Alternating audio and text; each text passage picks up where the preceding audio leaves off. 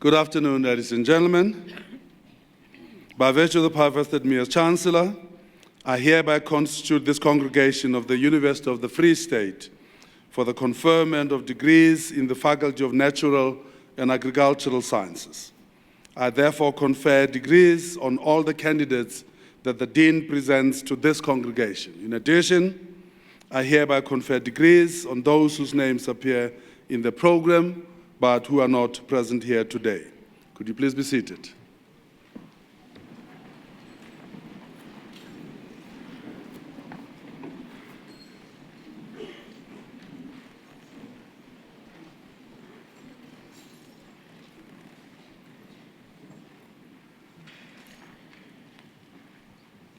Good afternoon, ladies and gentlemen. Welcome to the final graduations of the winter graduation sessions at the University of the Free State. These are really the highlights of our academic calendar. So the graduations are really the highlight of our academic activities, and I think the Masters and PhD doctoral graduations is the best of all of them. So you're really witnessing the highlight of our academic career, or of our academic calendar. On stage, I'd like to welcome the Chancellor, Dr. Mokele. I'd like to welcome the Rector and Vice-Chancellor, Professor Francis Peterson. I'd like to welcome the Chair of Council, Mr. Willem Lowe. Then the campus principals of the South Campus and Kwakwa Campus, the registrars, the Chair of the Convocation, the representative from the Postgraduate Student Representative Council, the deans and the representatives of deans. I'd like to say a special word of welcome to the academics who joined the festivities this afternoon, and thank them for their hard work in getting these students to cross the stage this afternoon.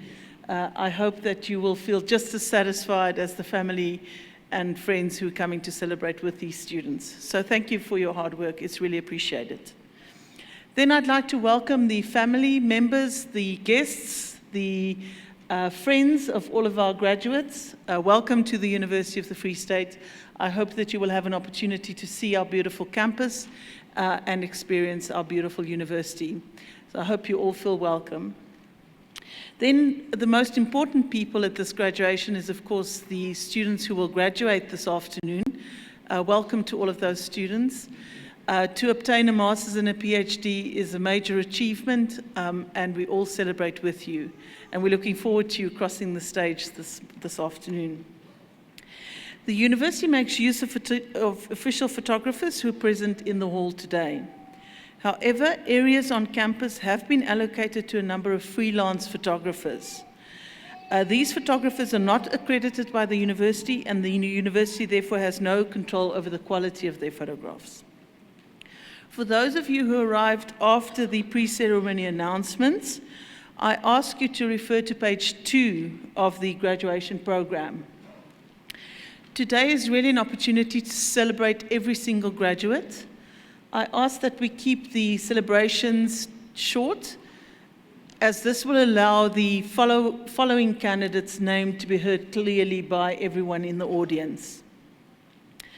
Graduates are kindly requested to complete the graduation exit survey form that are on their chairs, and to leave them on their chairs when they exit the hall after the completion of the ceremony. I'd like to introduce the artists of this afternoon, Charity Leburu and Albertus Engelbrecht, who will be performing Time to Say Goodbye. Charity Leburu grew up in Kimberley in the Northern Cape and started singing at the age of 7 in church and in school choirs. She participated several times as a soloist and as a finalist in various singing competitions. In 2016, Ms. Leburu was the category winner of the Musicon singing competition in Bloemfontein. Since 2017, she is enrolled at the university where she studies singing under the tutelage of Mr. Albertus Engelbrecht. Albertus Engelbrecht worked in opera houses in Germany for a total of 17 years, where he sang a diversity of leading roles. Guest contracts took him to Lucerne, to Naples, Los Angeles, as you can see, all over the world. Since 2016, Albertus Engelbrecht is appointed as a lecturer in singing at the Odeon School of Music. Thank you.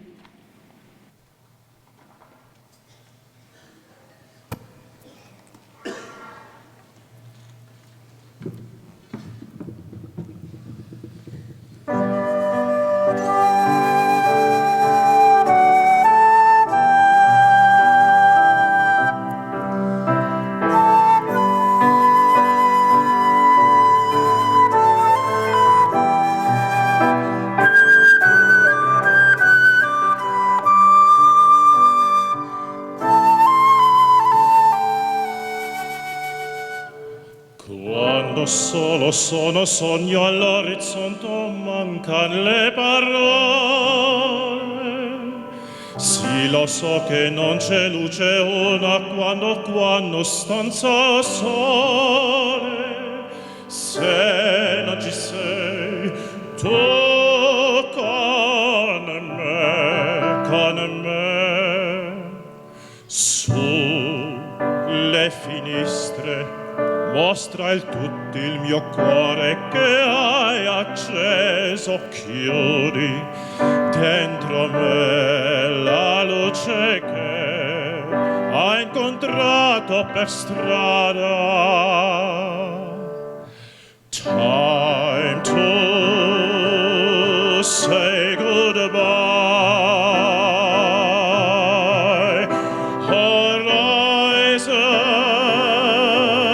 Horizons are never far.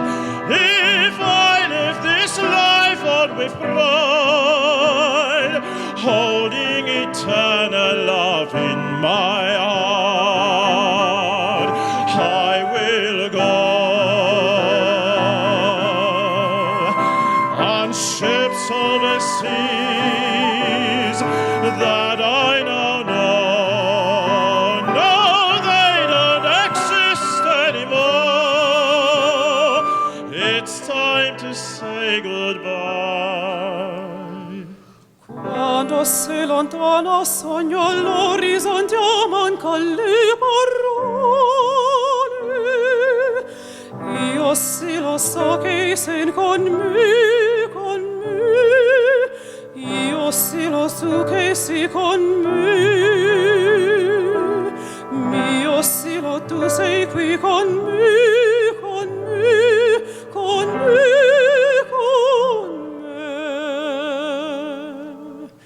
Time to say goodbye.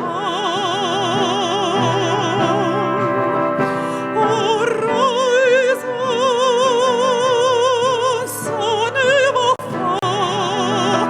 If I live on this life with pride, holding eternal love in my heart, I will go on ships over seas that I know now. No, they don't exist anymore. It's time to say goodbye, so with you I will go on ships over seas that I don't know. No, they don't exist anymore. It's time to say goodbye, so with you I will go.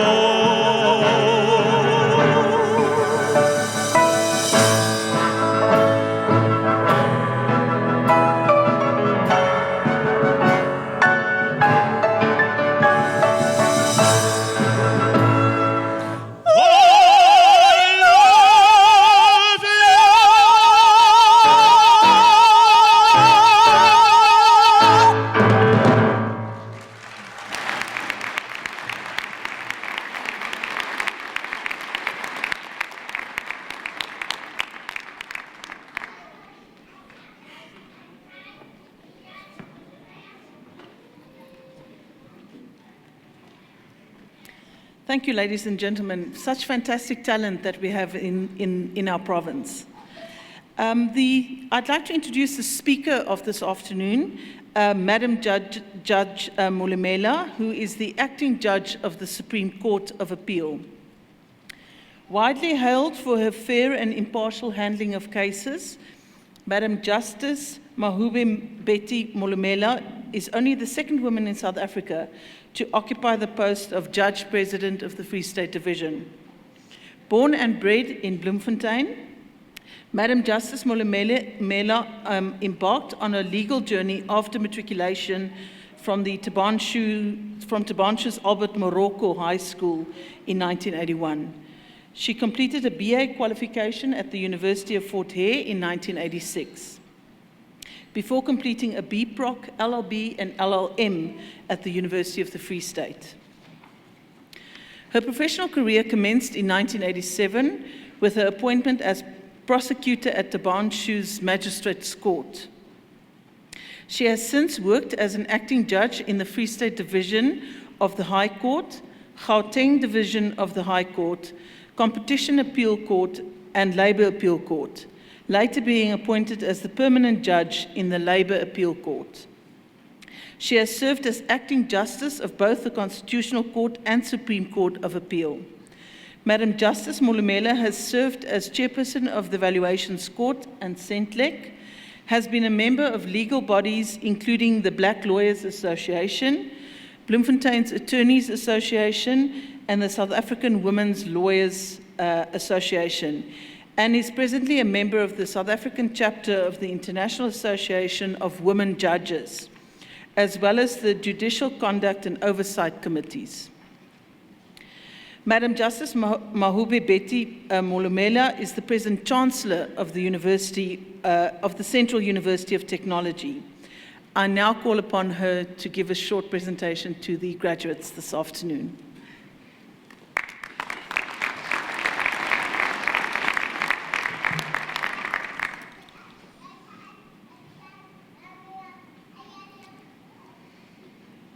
Program Director, the afternoon session is very, very notorious. It's called all sorts of names, the graveyard shift, and so forth. And today I find myself in a very unenviable position of standing between the graduandi and many victory parties that are going to take place this afternoon and this evening.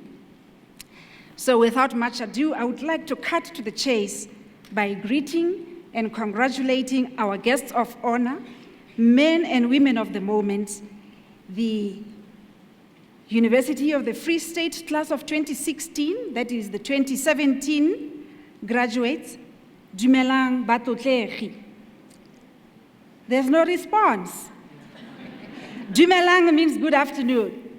So I'll try again. Dumelang Batlotlegi. Thank you. You have done a sterling job, and we are all tremendously proud of you. And by the way, I was standing outside there and looking at you as you were filing in. You all look exquisite today. In fact, ladies and gentlemen, how about we give our graduandi a warm round of applause?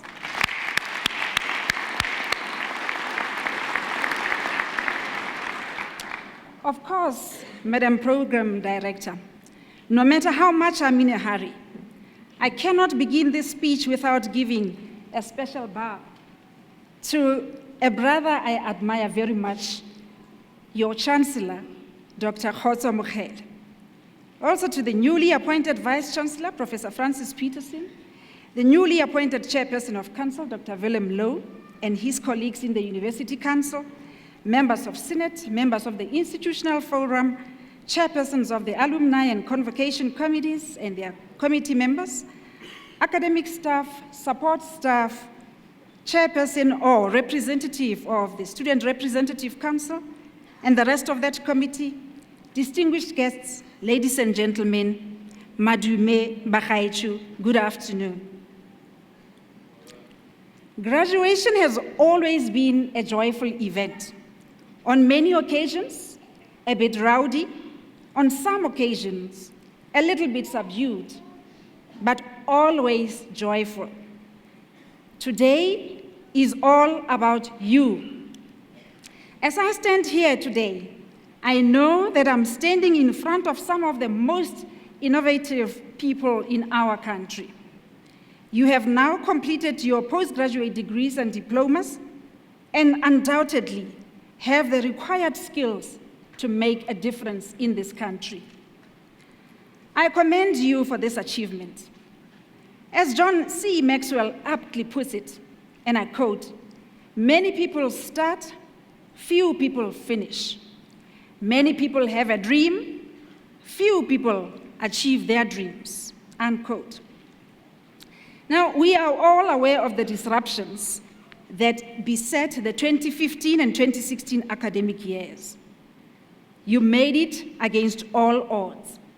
I'm told that 2017 is the year in which this prestigious university has a record number of students who have graduated. And this is absolutely phenomenal, and you, the graduandi, and all the lecturers, promoters, the tutors, and all those who made it possible, you all deserve a round of applause.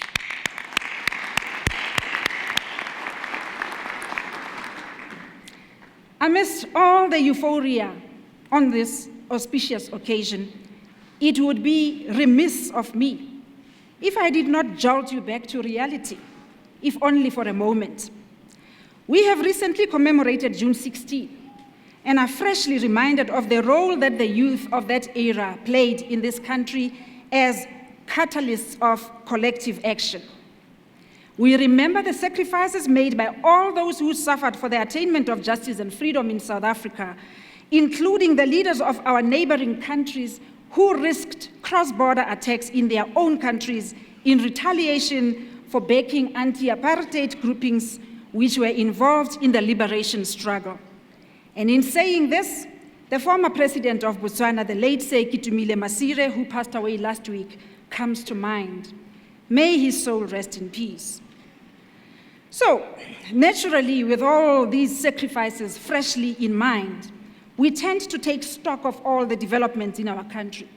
We remember that back in 1991, a few years before becoming the first president of a democratic South Africa, our beloved Nelson Mandela stated the following at the Bill of Rights conference, and I quote, "A simple vote without food, shelter, and health care is to use first-generation rights as a smokescreen to obscure the deep underlying forces which dehumanize people. It is to create an appearance of equality and justice, while by implication, socioeconomic inequality is entrenched. We do not want freedom without bread, nor do we want bread without freedom. We must provide for all the fundamental rights and freedoms associated with a democratic society," unquote. Fast forward to today, it is no secret that while strides have been made, our country is going through a fairly rough period. Gender equality is still not where it ought to be on the employment front, and concomitant income disparities and all the other ills of gender inequality have caught up with our nation. Vice Chancellor, in a constitutional democracy, it should be perfectly fine for me, standing where I am today, to say to you, we as consumers of the service rendered by institutions of higher learning want to see more female professors at South African universities. Chancellor, we want to see more female CEO in big corporates. We want to see a fair representation of women in leadership positions, both in private and public sector. Our country is in a recession, and our economy is very fragile. Two rating agencies, Fitch and Standard & Poor, have already downgraded the country's credit rating to junk status.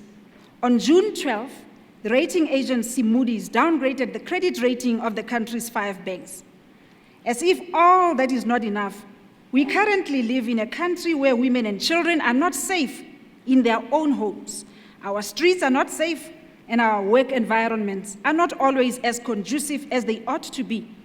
Just last week, we watched in horror as our historic and monumental City Hall went up in flames. The very next day, we again hung our heads in disbelief as we learned about the torching of several homes by protesters in Mamelodi. In the context of a constitutional democracy, Chancellor, it should really be perfectly fine for anyone to say willful destruction of property does not augur well for our hard-won democracy. Looking further afield in the political landscape, things do not seem so rosy. There's Brexit, and of course, on the 20th of January this year, we were told in no uncertain terms that it's going to be America first. So we are pretty much on our own, we must find our own solutions. Be that as it may, don't despair. Not everything is all doom and gloom. The fabric of our society can and will improve. However, this requires your collective will and intent. In spite of the challenges our country is faced with over the past couple of years, I am still hopeful because there are a lot of things that are going right. So everything is going to be fine eventually. How do I know this? Well, the youths of South Africa are tried and tested. I have already alluded to the catalyst role the youth of this country played in 1976 and the years thereafter. And just as we thought the so-called born-free generation was a complacent lot, we had the hashtag Fees Must Fall campaign, which has yielded some fruit. The future of a nation is largely dependent on its youth playing a meaningful role in creating a strong economy, culminating in a good standard of living for everyone. You, 2017 graduandi, are a cohort of skilled young people with brilliant ideas, great enthusiasm, and a renewed sense of courage. Getting postgraduate degrees and diplomas is no mean feat. You are a significant resource for this country. As I look at you today, my heart is filled with optimism. Those of you who are into soccer will know that a player or a coach is as good as their last performance. So resting on your laurels is not an option for you. You have to constantly keep up.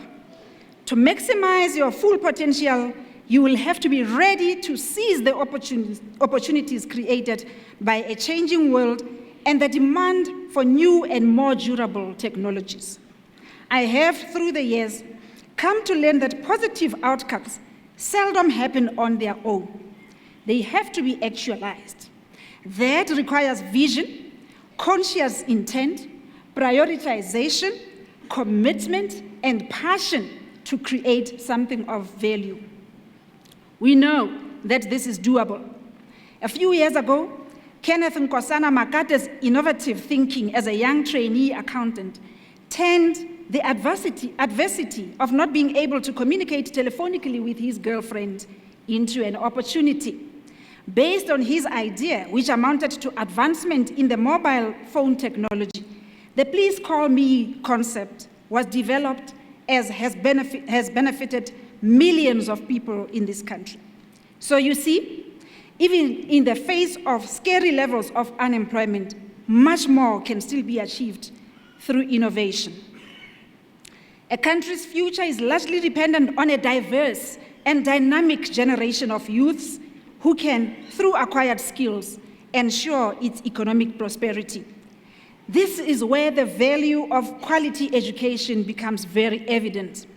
You, class of 2016 and 2017 graduates, have acquired that quality education at this very institution. So go out there and apply it. We are living in an era of multiple careers. So, my dear 2017 graduates in waiting, as you move into next chapters of your lives, I hope that you will seek to broaden your horizons and go on and get your second, third, fourth, fifth degrees, or maybe your second or third doctorate, as it were. I hope that you will not resort only to employment seeking, but also to employment creation. There is so much scope in this country. Addressing myself now to every single person in this hall, the graduandi, the academic staff, the non-academic staff, the dignitaries, everybody. The solution to our challenges in this country does not rest exclusively on the shoulders of government. So nobody is absolved from ensuring that our country becomes the success that it ought to be. Surely we cannot lament the state of affairs and then go and bury our heads in the sand. Every single one of us present in this hall today is in the prime seat of playing a significant role in this country, ladies and gentlemen. Martin Luther King, the Afro-American civil rights activist of the 60s era, once said, and I quote, "Our lives begin to end the day we become silent about things that matter," unquote. He was talking about active citizenry. In his book, Justice, A Personal Account, Justice Edwin Cameron eloquently refers to this role in the following terms, and I quote, "The Constitution is not self-executing. It needs us to give it life. Us, the citizens and inhabitants of South Africa, young and old, male and female, rural and urban, township and suburb dwellers. The Constitution creates the practical structures that enable the rest of us, you and me, together with honest, principled leaders, a committed government, an active citizenry, and vigorous civil society to perfect our future," unquote. Class of 2016-2017 graduates, you are critical thinkers. You can analyze. You can think independently.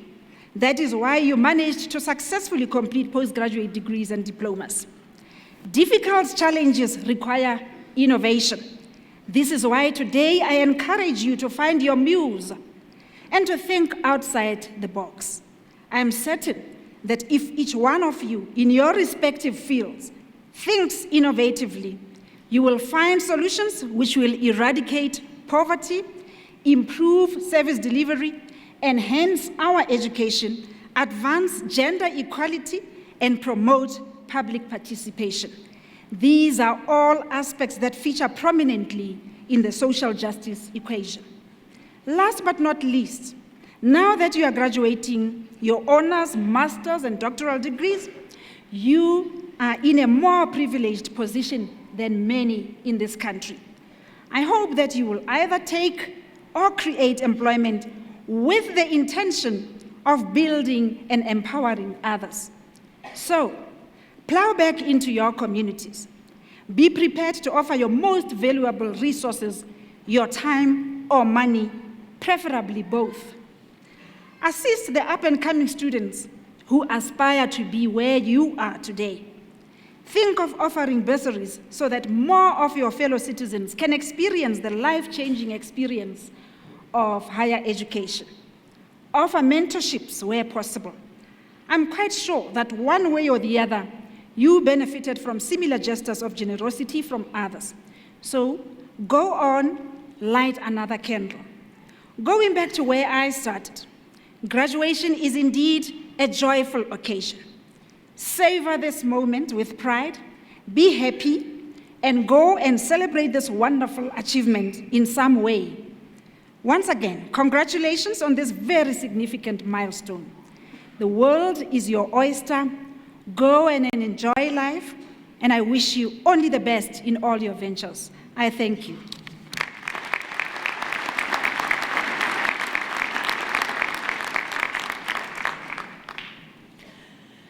Thank you very much, Madam Justice Mulumela. Thank you for your beautiful words, and I hope all of the graduates feel inspired to do their thing and go out and change the world. And thank you for the fantastic role model that you are to both men and women, and the role that you play in the community. We really do see it, and we appreciate it. Thank you very much. We now come to the most important most important part of this function this afternoon, and I call upon the Dean of the Acting Dean of the Faculty of Natural and Agricultural Sciences, Professor Liesel Herselman, to present the candidates for the conferring of the degrees in the order shown in the program.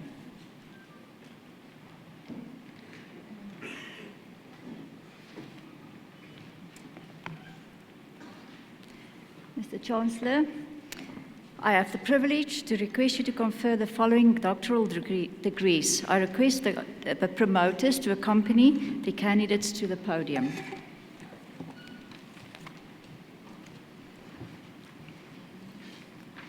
Doctor of Philosophy, Akuposi de Houwegen Pancombe, with specialization in geohydrology, with a thesis titled Quantification and Modeling of Heterogeneities in Aquifers. The promoter, Prof. Upton Antangana, and co-promoter, Prof. Dani Vermeulen.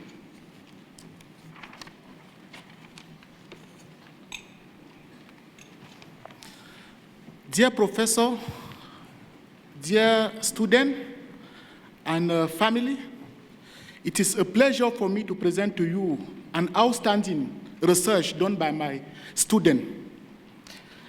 200 years ago, we had a problem. How do we describe the movement of water through a geological formation? A first attempt was made by Baker, but he failed because he did not understand the concept of differentiation. He used the Newton method. And 100 years later, another person tried to solve this problem. He also failed because he used another concept that was not having a good memory. Then, since it is time for African people to use African formula to solve African problem, a concept of differentiation was suggested by myself, and it's been used all over the world. My students used this concept to build two differential equations. The first one was to describe the movement of water through fractures, and the second one was to describe the movement of water through fracture and through the matrix rock. Most importantly, he introduced a new numerical scheme that can be used to solve that kind of mathematical equation. It is important for us to note that the mathematics is created by human beings like me, but the nature is created by God. Then for me to understand that the mathematical is useful, it has to be applicable. Then my student went to 4 sites in South Africa to collect data. And the data was compared with the numerical solution that was suggested or introduced by my student. And there is no doubt that the result was in perfect agreement with the nature. That means the mathematics suggested by us is describing what is happening in the nature. More importantly, for you to prove to me that your research is strong, it has to be published in top journal. 3 papers was published in top journal, Springer and Elsevier. Dear Dean, I'm presenting to you my student that I'm proud of, Ahoposi Pancombe.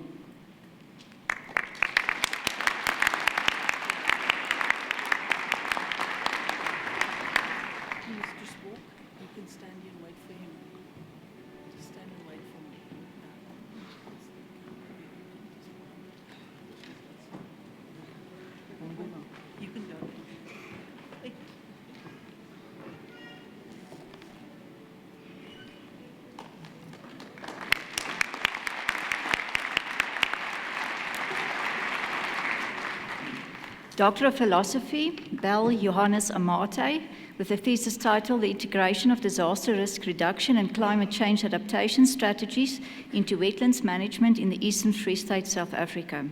Promoter, Dr. Nacelle Collins, co-promoter, Professor Andries Jordan.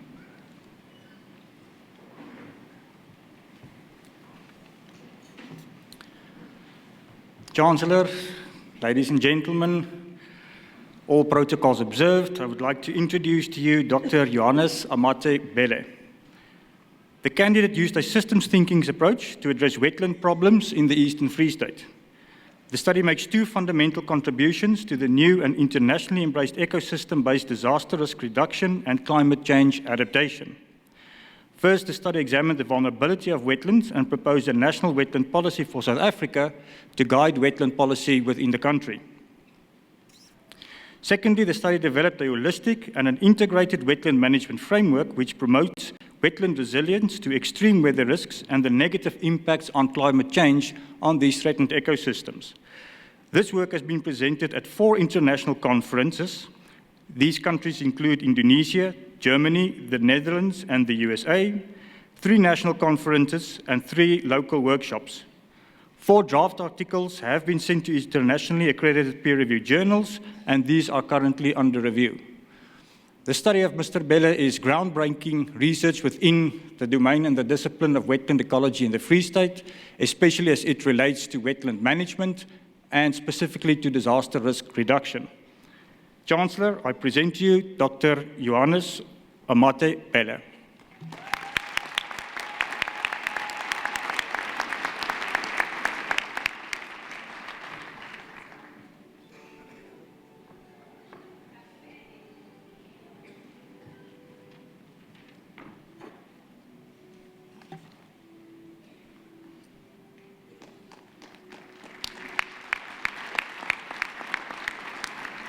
Doctor of Philosophy, Chitongo Leonard, with specialization in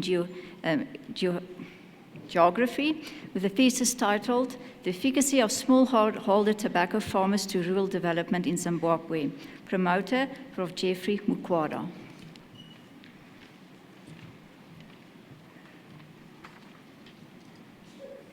Chancellor, allow me to introduce you to Dr. Chitongo Leonard. The candidate makes a contribution to a subject which is already under the spotlight. The study is based on a comparative analysis of socioeconomic contribution of tobacco farming in a dynamic environment. Informed both by the positivist and constructivist paradigms, the study applies the sustainable livelihood framework and entitlement approach to assess the contribution of smallholder tobacco farming to rural development in Zimbabwe. The research concludes that tobacco farming has an enormous potential to reduce rural poverty. The study recommends an increase in government-funded extension services, capitalization, as well as the energy supply and infrastructural development programs.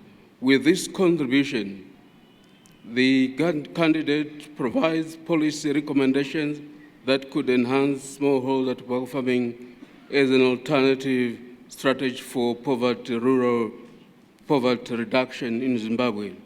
Chancellor, I present to you Dr. Chitongo Leonard.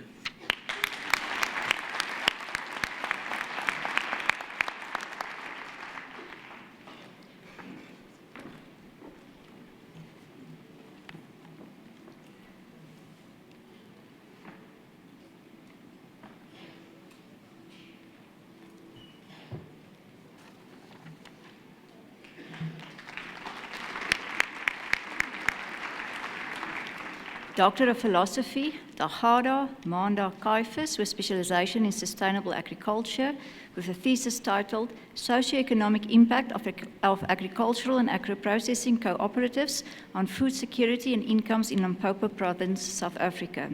Promoter, Professor Edward Nesamfuni, co-promoters, Professor Aldous Strubel and Professor C.J. van Rooyen.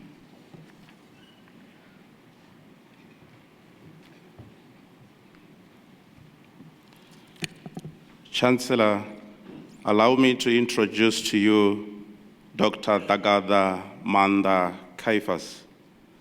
The candidate has contributed towards new knowledge on the agricultural and agro-processing cooperatives and the role that they play in alleviating poverty in rural areas. He has demonstrated that rural farming systems are dependent on rural institutions such as cooperatives for their livelihood, since they are central to the supply of farming inputs, farming tillage, marketing, product value addition, and the provision of much-needed finances. Furthermore, the candidate made 3 important findings. First, he clearly demonstrated that there are different factors that influence the sustainability and functionality of cooperatives, including socio-economic, legal, and technological factors. Secondly, he indicated that cooperatives' power and functions could be enhanced through strong linkages with extension services. His third finding suggested that the efficiency and effectiveness of marketing could be improved upon through the cooperative movement, especially in informal markets. Based on the results of this study, factors which could assist in creating a new generation cooperative development model for smallholder farmers were outlined. In addition, 3 proceeding papers and 2 peer review papers have been published from this thesis. Chancellor, I present to you Dagada Manda Kaifas.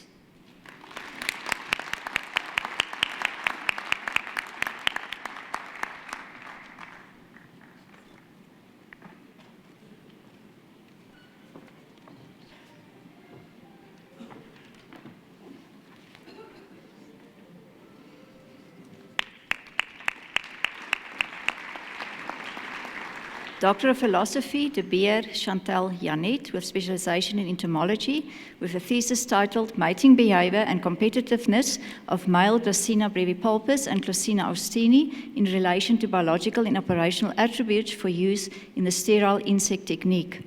Promoter, Dr. G.J. Venter, co-promoters, Dr. M.J.B. Vrysen and Dr. S.L. Brink.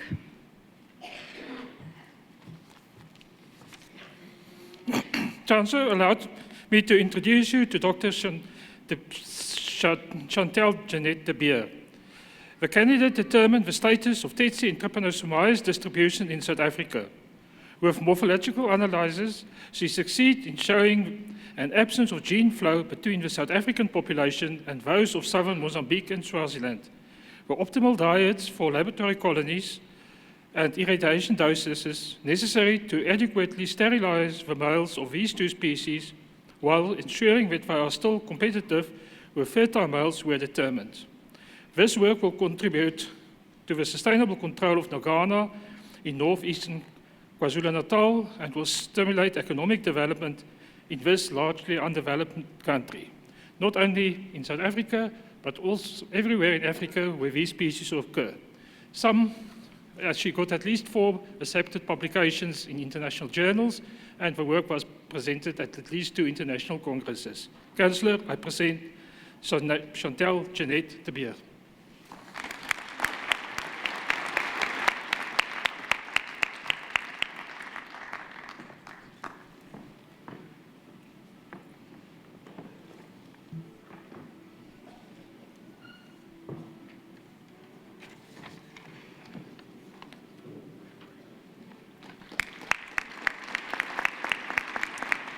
Doctor of Philosophy, de Klerk Ben Eben, with specialization in mathematics, with a thesis titled A Structural Approach to the Endomorphisms of Certain Abelian Groups. Promoter, Prof. Johan Meyer.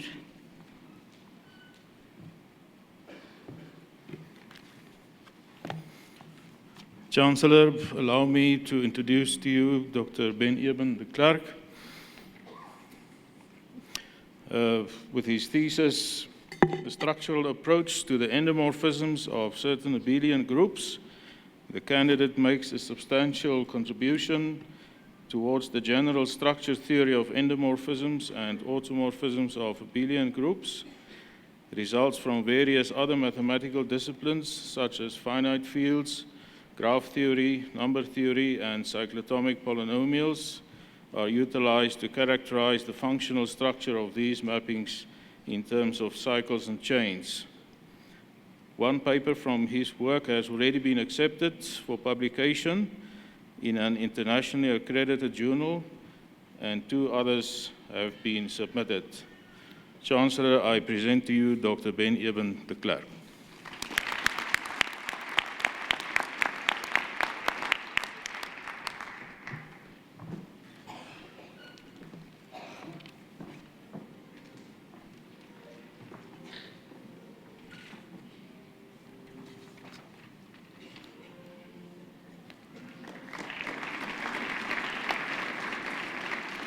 Doctor of Philosophy, de Tooy Alba, with specialization in food science, with a thesis titled Selection, Extraction, Characterization and Application of Mucilage from Cactus Pear, Opuntia ficus indica and Opuntia robusta, cladodes. Promoter, Dr. Marina de Wit. Co-promoters, Prof. Arno Higu and Dr. H.J. Fouchier.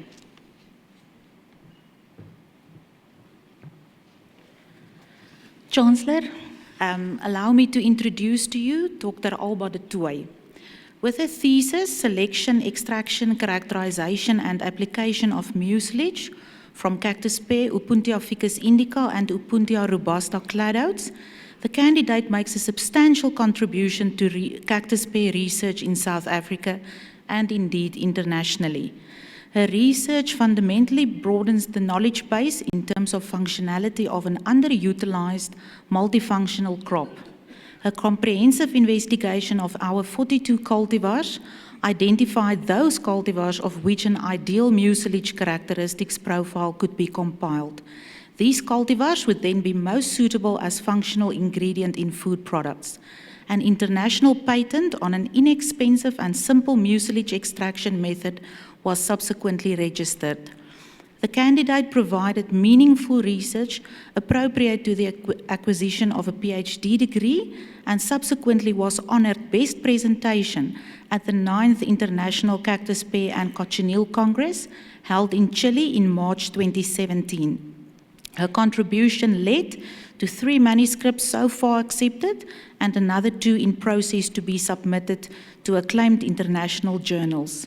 Chancellor, I present to you Alba de Tooy.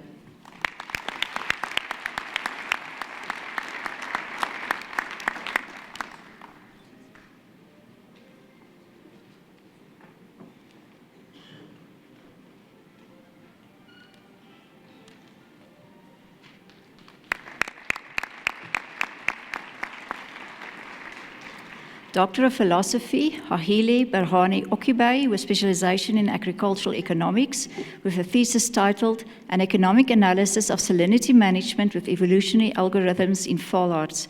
Promoter, Prof. Benny Gerweer. Co-promoters, Dr. Nikki Matthews and Dr. J.H. Barnard.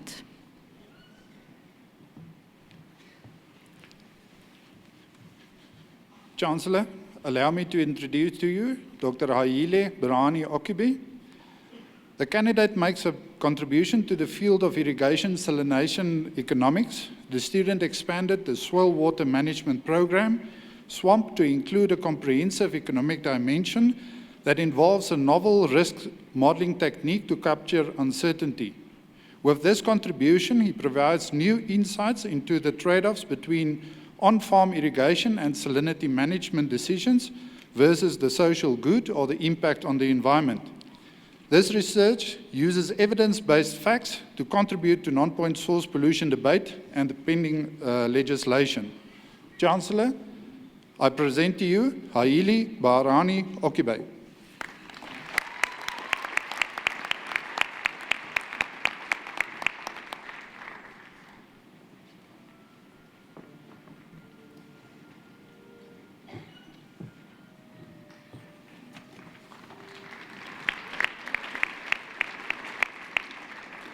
Doctor of Philosophy, Kemp Lucy Valeska, with specialization in genetics, with a thesis titled Conservation Biology and Molecular Ecology of the Southern Ground Hornbill per Corvus liatbeateri, with the promoter Prof. Paul Grobler, co-promoters Prof. D. Dalton, Prof. A. Kotze and Prof. R. Janssen.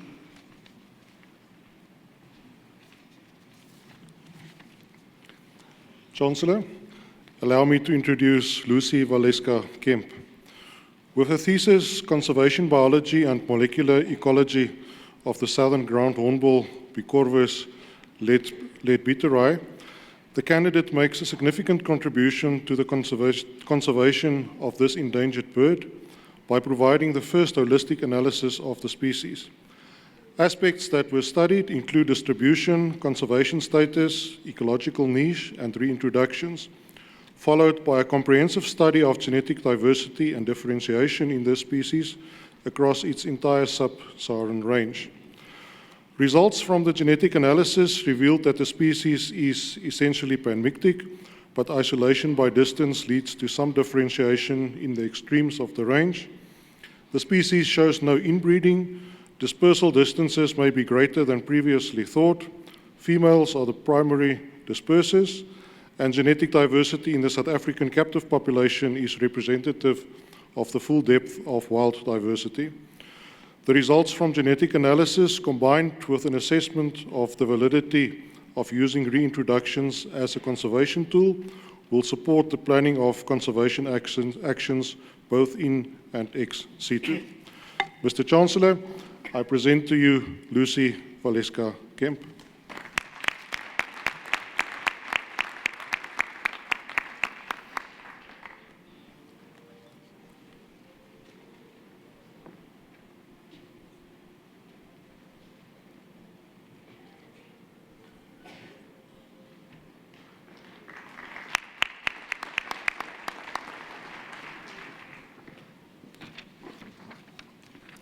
Doctor of Philosophy, Madende Moses, with specialization in food science, with a thesis titled Elucidation of African Elephant Beta-Casein Phosphorylation State and Casein Micelle Structure. Promoter, Prof. Gary Osthoff. Co-promoter, Dr. Gabriel Kemp.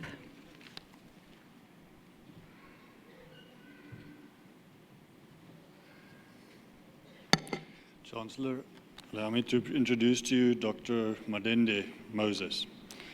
Internationally, the quest to understand the structure of milk casein micelles is ongoing. This knowledge is important in the fields of food technology and nutrition. The research has currently widened to other species, specifically those that consist of different ratios of the 4 casein proteins or display absence of some of these casein proteins. Milk of goats, horses, and humans fulfill some of these criteria. In his MSc studies, the candidate has discovered that the African elephant should be added to this subject, as the casein micelles of this species consists only of 2 of the 4 casein proteins. With the thesis, Elucidation of African Elephant Beta-Casein Phosphorylation State and Casein Micelle Structure, the candidate showed that the casein micelles of African elephants are much larger than any other species, and that the beta-casein is phosphorylated only at one site. The information is not only contributing to the new thought on the casein micelle structure, but also contributes to the knowledge of the evolutionary development of milk. Chancellor, I present to you Moses Madende.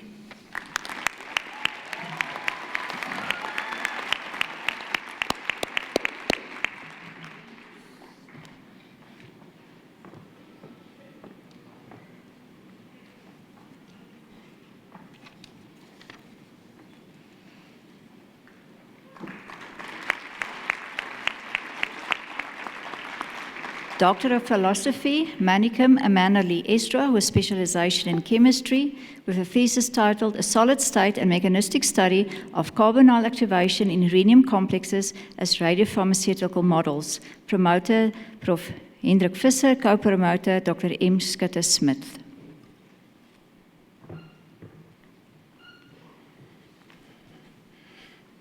Chancellor, excuse me. Allow me to introduce you to Dr. Amanda Lee Manicum. The candidate makes an important contribution to the field of radiopharmaceutical design with a focus on the diagnosis and treatment of cancer, one of the most life-threatening diseases of our time. This work includes the successful synthesis, kinetic formation studies, and characterization of a wide range of rhenium-1 dicarbonyl compounds. The displacement of a carbonyl ligand by various water-soluble phosphines was one of the many highlights of this work, and these research findings will be further evaluated for use in the radiopharmaceutical field. The candidate already has 5 papers published and another 4 in the pipeline. Chancellor, I present to you Amanda Lee Manicum.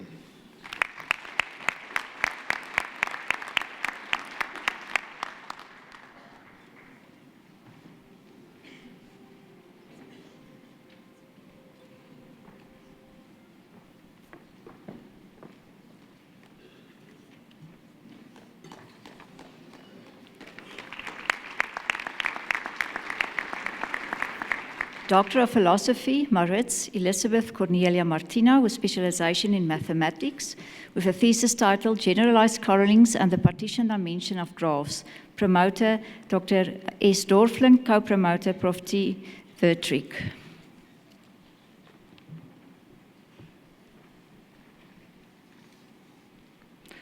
Chancellor, please allow me to introduce you to Dr. Maritz, Elizabeth Cornelia Martina Maritz. The candidate investigates colorings of graphs from different perspectives in her thesis, and her research was mainly twofold. So she first studied generalized edge colorings with forbidden subgraphs for various classes of graphs and hereditary graph properties. In this section, she proved significant results using particularly difficult techniques like the Levat's local lemma, which is a probabilistic method, and she improved on known published results. This work has been published in an ISI journal in 2017. The second part was where she studied generalizations of the metric dimension of graphs, in particular the metric chromatic number and the partition dimension of graphs, focusing on circulant graphs, both directed and undirected, with an arbitrary number of generators. This latter research makes a significant contribution to the topic of partition dimension of graphs, and the candidate used rigorous computer algorithms to find the upper bounds for the parameter, and lower bounds were proved using difficult case analysis. This work has also been submitted for publication. Chancellor, I present to you Elizabeth Cornelia Martina Maritz.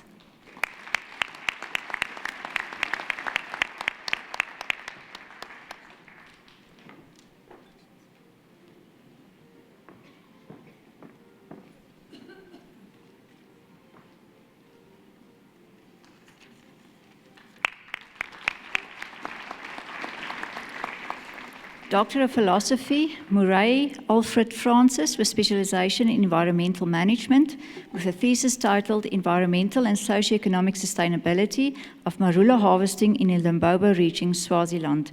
Promoter, Prof. A.J. Pelser, co-promoter, Dr. P.C. Zietsman.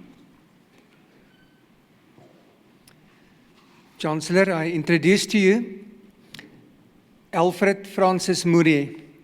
The candidate makes an important contribution to our understanding of the role that Marula plays in the livelihoods of and poverty alleviation among the rural population in Swaziland. Prior to this study, limited information existed on the socio-economic contribution of the harvesting and use of Marula to rural livelihoods in Southern Africa. The current level of commercialized harvesting of Marula in Swaziland has been found unsustainable and holds dire consequences for the quality of life of those who depend on the resource. The results of this investigation serve as a timely warning of the socio-economic, cultural and environmental consequences that might set in as a result of insufficient policy and legal frameworks for the protection of Marula harvesting. The study recommends several practical and policy interventions to address current levels of overharvesting and to facilitate means of sustaining the Marula fruit for future availability in Swaziland. Chancellor, I present to you Alfred Francis Murray.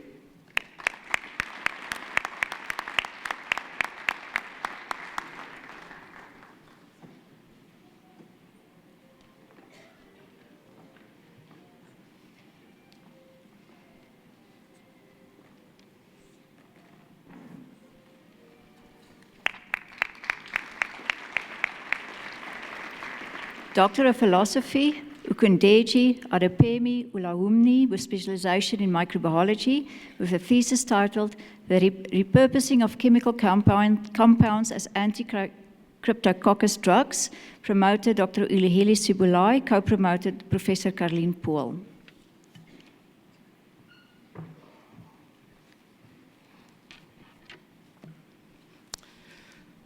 Chancellor, allow me to introduce you to you my first doctoral student, Dr. Okundeji Adipemi Olawumi. The candidate makes a contribution to finding better ways of managing infectious diseases. With this contribution, she attempts to position non-conventional antibiotic drugs as medicines that can control the growth of fungal pathogens. and in particular, the growth of Cryptococcus neoformans, a pathogen that causes an often deadly inflammatory condition of the brain in patients living with HIV and AIDS. The results of this investigation serve as an indication of the value that this type of intervention holds for the attempt to find a solution for improving outcomes of patients that are afflicted by this deadly infection. Dr. Ogundeji has also published a book chapter, 2 articles, as well as 2 articles that are currently under review. Okay.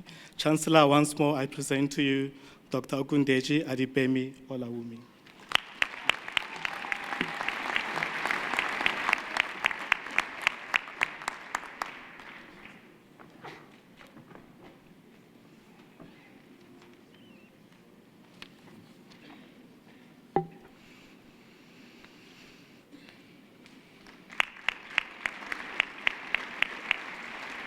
Doctor of Philosophy, Piens Frederik Hermanus, with specialization in chemistry, with a thesis titled Encapsulation of Selected Methylated Phyllocyanines in Aluminium Aminoterephthalate Framework, NH2MAL 101 Aluminium with Heterogeneous Catalytic and Hydrogen Storage Applications.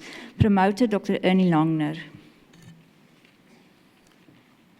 Chancellor, I introduce Frederik Hermanus Piens. With his study, he greatly improved the synthesis procedures of the AminoMol 101 framework material. Due to his improvements, the material can now be produced in greater quantities than before and with better physical properties. He also developed a method to successfully encapsulate metallo-phthalocyanines in the pores of the framework material under mild conditions. He subsequently demonstrated that the encapsulated phthalocyanines are still catalytically and electrochemically active. He showed that these types of porous framework materials can now be used as carriers for bulky catalyst molecules and other large organic and organometallic molecules. His contribution paved the way towards the use of MIL 101 frameworks as substrates in applications such as heterogeneous catalysis, drug delivery, and organic solar cells. I present to you Dr. Frederik Hermanus Piens.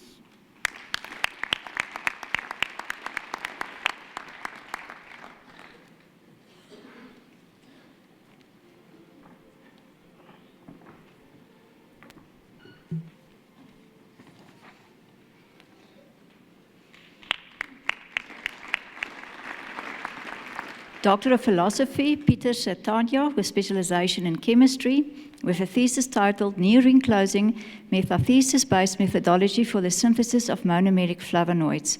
Promoter, Prof. Baron Besaidnout, co-promoter, Dr. Charlene Marie.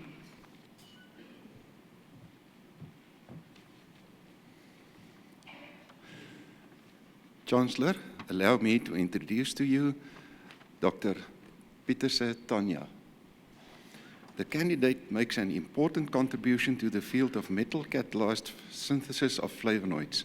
In this regard, she developed a general, highly efficient protocol based on olefin metathesis, a field of study for which the Nobel Prize in Chemistry was awarded in 1925 for the synthesis of all 3 classes of monomeric flavonoids. In her thesis, the candidate also developed an elegant Lewis acid-based method for the direct transformation of activated ketones into alkenes, utilizing Grignard reagents. The quality of her contribution in this regard is emphasized by the fact that these results have already been published as a letter in one of the leading international scientific journals, whilst the rest of her work will definitely give rise to at least 3 more papers in similar journals. The candidate's work will also lead to flavonoid compounds becoming more readily available for testing as potential drugs in medical applications. Chancellor, I present to you Tanja Pieterse.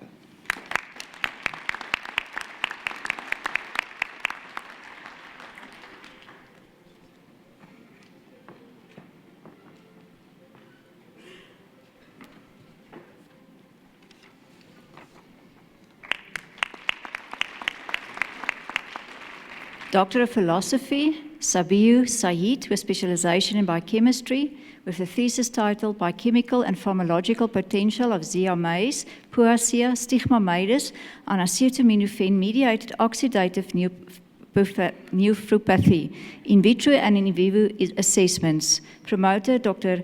Thomas Schafer, co-promoter Dr. Frans O'Neill.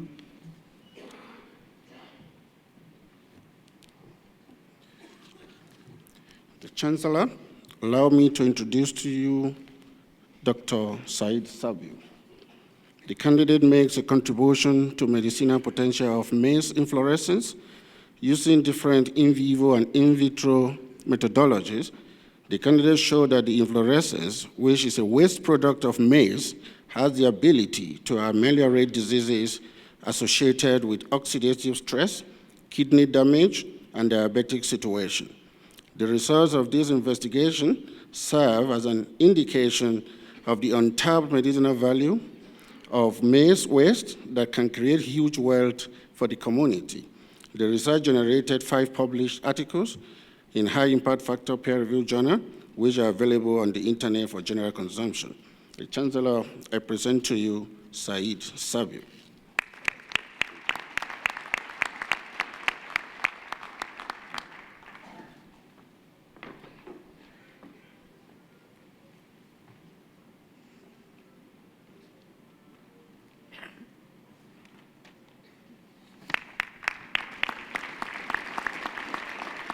Doctor of Philosophy, Sangchuran Deepak, with specialization in plant breeding, with a thesis titled Breeding and Selection of High Biomass Sugarcane Varieties for Sugar and Energy Production in Mauritius.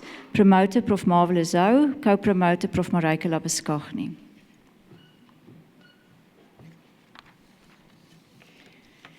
Chancellor, allow me to introduce to you Dr. Deepak Sanchun. The candidate studied sugarcane as a potential renewable bioenergy crop. Variations in early generation hybrids allowed the pioneering definition of 4 types of canes that could be cultivated for different end uses. Realized genetic gains were high in fiber content and fiber yield. Higher biomass and fiber clones were adapted to the humid regions of the island. Compared to the commercial varieties used for sugar production, the high fiber clones produced a high density of thin and tall cane stalks that were of lighter weight. The low sucrose, high fiber energy canes identified can be cultivated in marginal and abandoned lands for the production of electricity and ethanol. The breeding and selection strategies defined and developed in this study are expected to lead the way for the creation of novel types of sugarcane varieties that will respond to future challenges in terms of food security and a renewable energy strategy. Chancellor, I present to you Dr. Deepak Sanchun.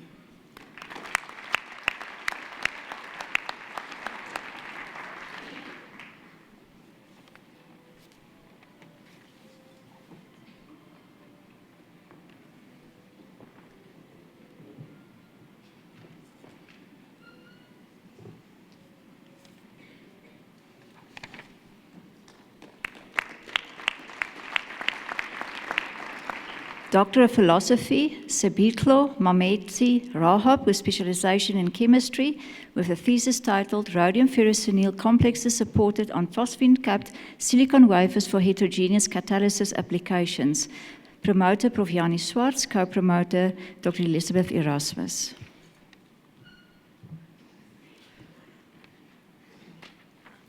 Chancellor, allow me to introduce you to Dr. Sebitlo Mametsi Rahab. The candidate developed optimized methods of binding rhodium and iron bimetallic catalytic species to flat modified silicone surfaces. Industrially, heterogeneous catalysts are supported on porous 3-dimensional supports, but the difficulty of accessing these small pores contained in the catalytic particles with analytic methods are substantially complicate these mechanistic studies.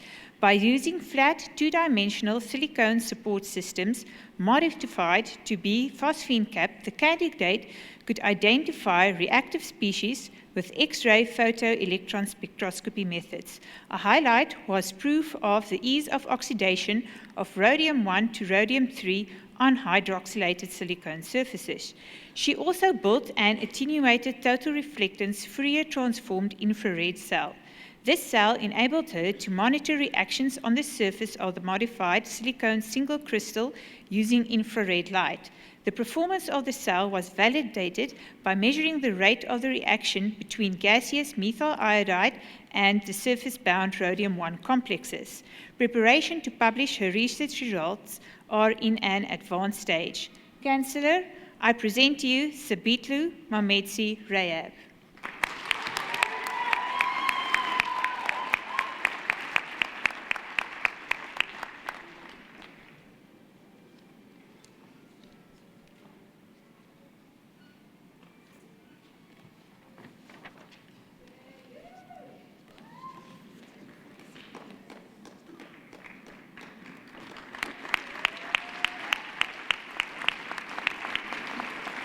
Doctor of Philosophy, Tsai Chi Wei, with specialization in chemistry, with a thesis titled Modification of Nanosize Zinc Zeolitic to Methylene Imidazolate Frameworks by Solvent-Assisted Ligand Exchange and Post-Synthetic Modification to Enhance Functionality Towards Catalysis, Gas Storage and Drug Delivery.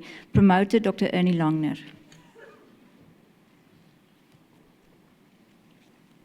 Chancellor, I introduce you Dr. Chiwei Tsai. He made a valuable contribution to both the fields of metal organic frameworks and nanochemistry. He optimized the reaction conditions to produce ZIF-8 nanoparticles in good yields and narrow size distributions. After that, he developed a generalized ligand exchange process to chemically modify the surface of these porous nanoparticles. This doubled the uptake of carbon dioxide, a greenhouse gas. Using the same process, he introduced active sites on the ZIF-8 nanoparticles. These sites were then used to anchor selected organic and organometallic catalysts and drugs onto the nanoparticles. His procedure for the chemical tailoring of the ZIF-8 nanoparticles demonstrates the versatile adaptation of the nanoparticles towards the employment in applications such as heterogeneous catalysis as well as drug delivery. I present to you Dr. Chiwei Tsai.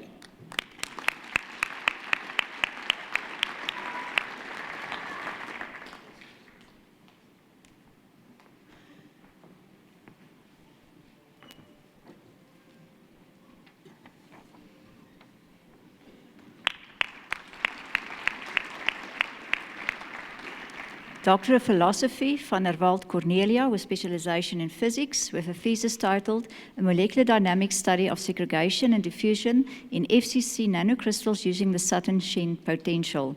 Promoter, Professor Koester Blanche, co-promoter, Prof. Hendrik Swart.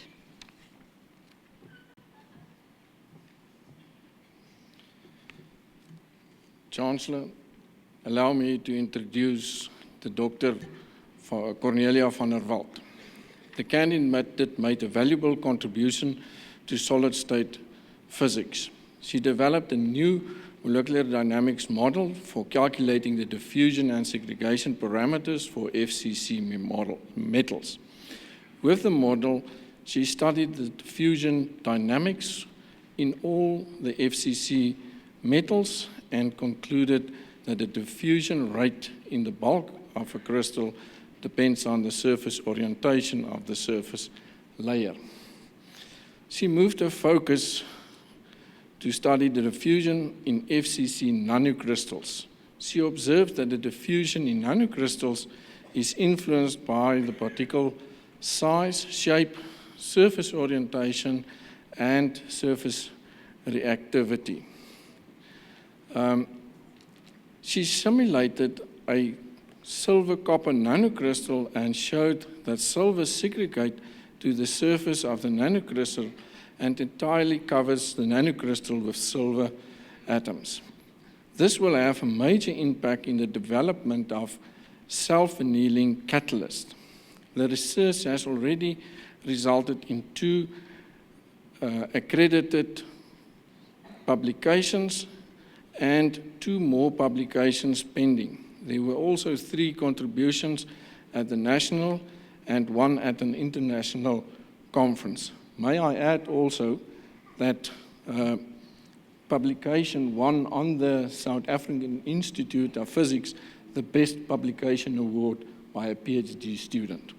Chancellor, I present to you Cornelia van der Walt.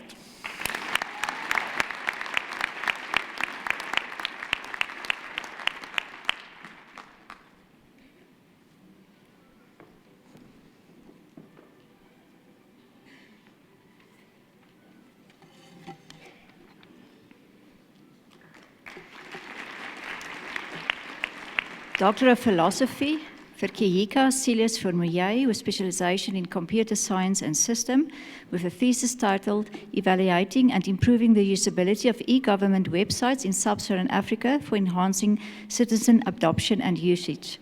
Promoted Dr. Lizette de Wet.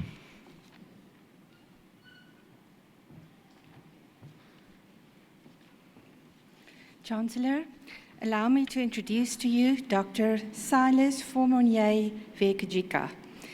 The candidate makes a valuable contribution towards the improvement of the usability of e-government websites in sub-Saharan Africa. With this contribution, he improved the design science research knowledge contribution framework, developed a 6-dimension policy-ingrained model for improving SSA e-government website usability, and presented a quick assessment checklist for use by information technology staff of government agencies. The model developed in this study serves as a new solution to known problems in becoming a roadmap for the development of usable e-government websites, specifically in sub-Saharan Africa. Chancellor, I present to you Dr. Silas Formouye Vekajika.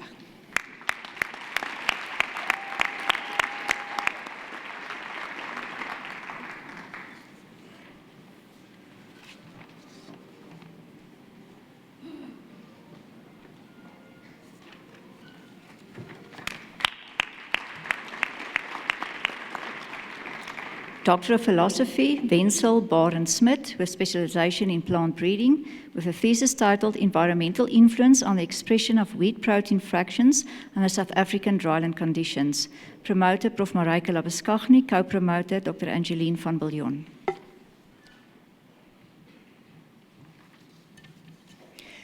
Chancellor, allow me to introduce you to Dr. Barend-Smit Wenzel. The candidate used size exclusion high-performance liquid chromatography to determine the molecular weight distribution of sodium dodecyl sulfate extractable and unextractable protein fractions in different wheat genetic backgrounds and environments under dryland production conditions. Different formulas were derived to measure relative and absolute amounts of glutenin, gliadin, albumin, and globulin and their relationship with baking quality characteristics. Protein fractions did not increase parallel to increased flour protein content, and environment largely influenced the relationship of protein fractions with baking quality characteristics. This study revealed that albumin and globulin fractions had a much larger contribution to baking quality characteristics than previously reported for South African wheat cultivars.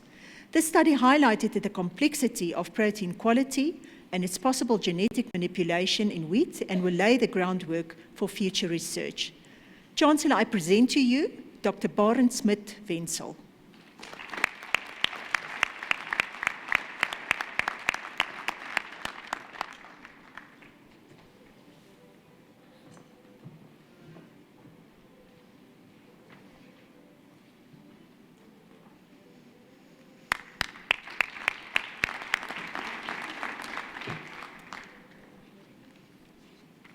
Mr. Chancellor, I have the privilege to request you to confer the following degrees on the candidates I introduced to you.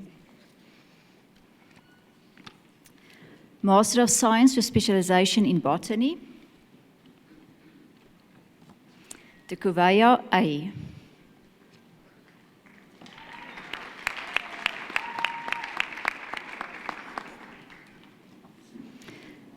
Master of Science, Architecture. Alberts L. and the degree with distinction.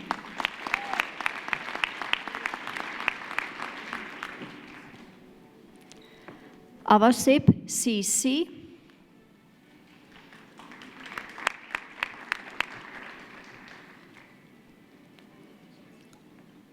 Bezuidenhout, LO.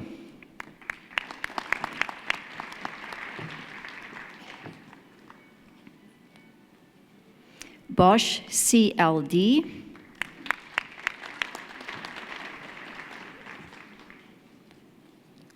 Bramley, L, and the degree with distinction.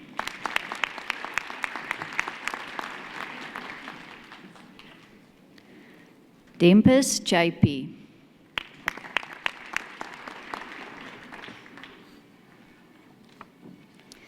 Duplessis, F here.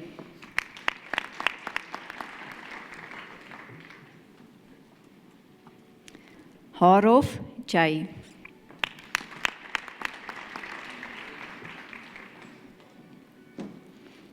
Kleinsmith, M.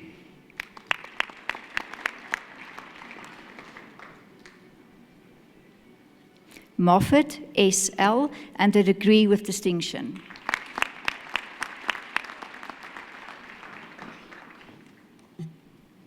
Nell, N, and a degree with distinction.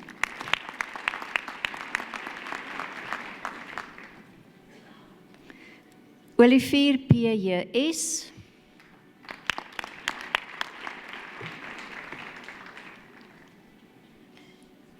Pieterse, SS.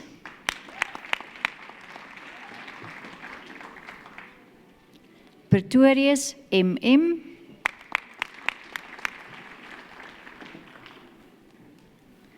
Robertson, M.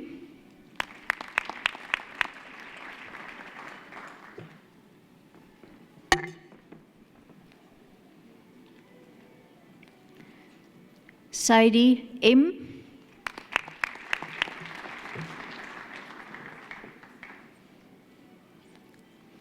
Stein, C.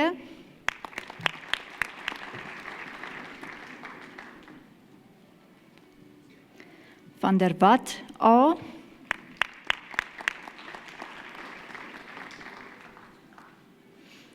Van der Westhuizen, A.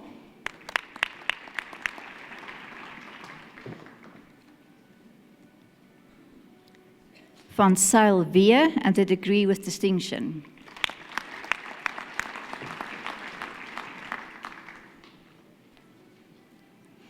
Venter, JP.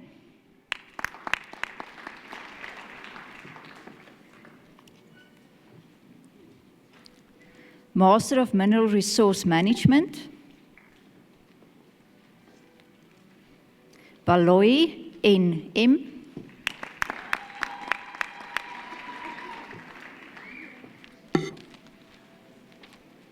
Mabutu, FS.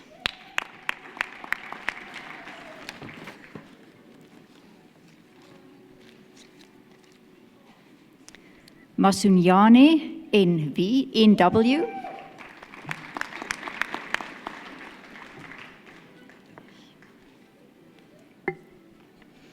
Mavimbela, NZ.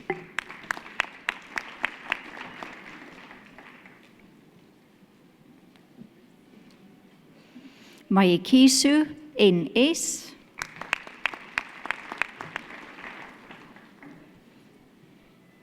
Mbata, BR.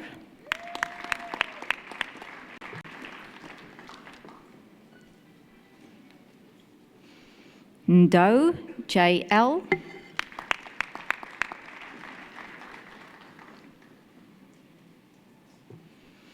Mudou, T.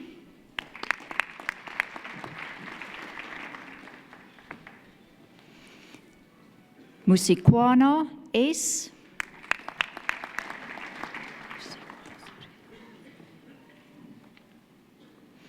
Mzobe, SH.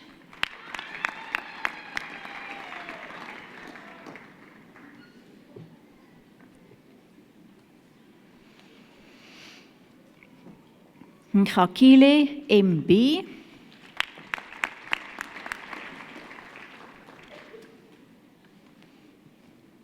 Pitsu, TO.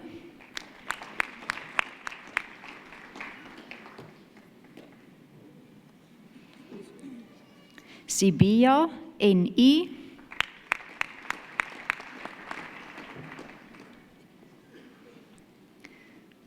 Smith V.J.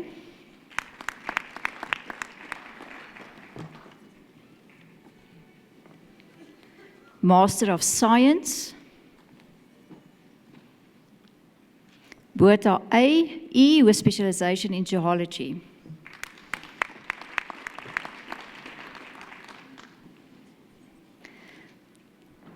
De Bruin F.J.S. with specialization in geology.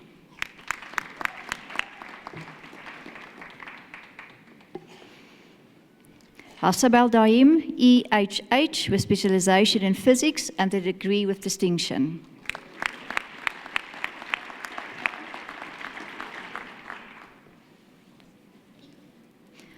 Hofman, D.A.M. with specialization in computer science and geography.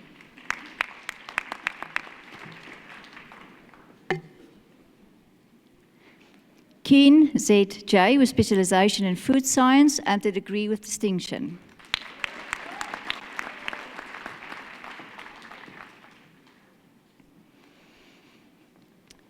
Ligaba Mbalingwa, L. with specialization in geohydrology.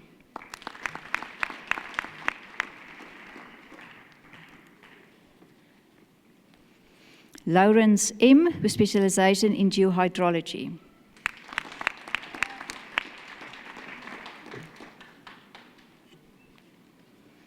Madende P. with specialization in agricultural economics.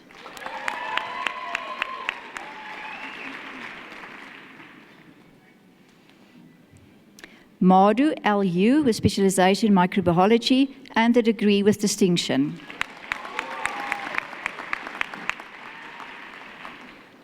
Mbata N.D. with specialization in geohydrology and a degree with distinction.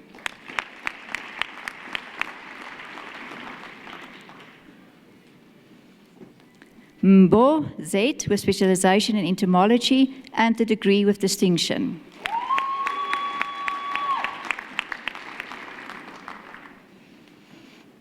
Mogose MP with specialization in biochemistry.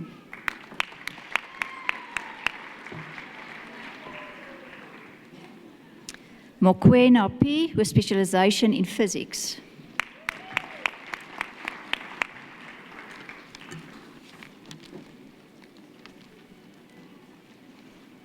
Mulaba GL with specialization in geohydrology.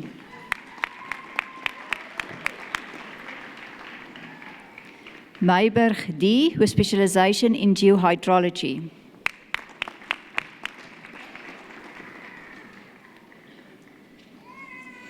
Ntsoi LLA with specialization in chemistry and a degree with distinction.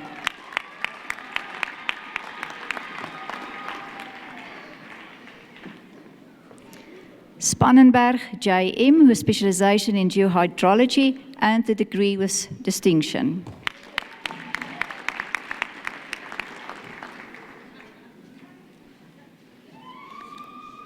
Van der Westhuizen IP with specialization in astrophysics and a degree with distinction.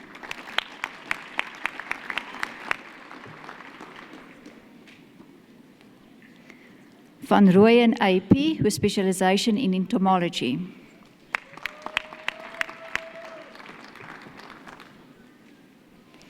Vermaas SH with specialization in geohydrology and a degree with distinction.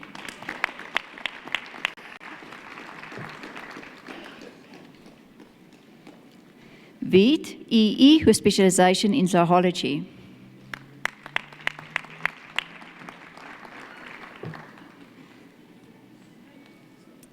Wiet RE with specialization in zoology.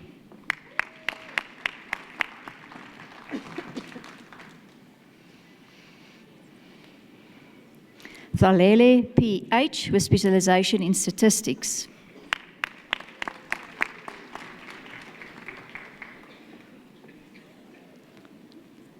Dibete LM with specialization in statistics and a degree with distinction.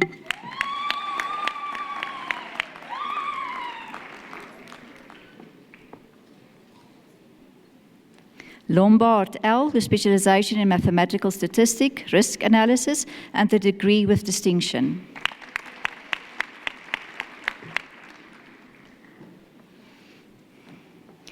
Nyamai MM with specialization in astrophysics and a degree with distinction.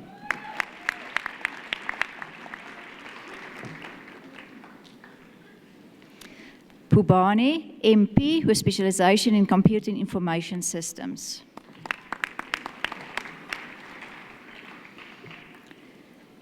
Master of Science in Home Economics. Hatting A.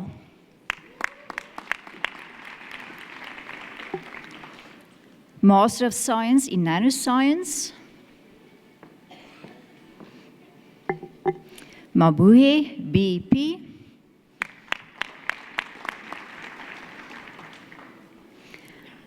Master of Science in Quantity Surveying. Duplessis HB.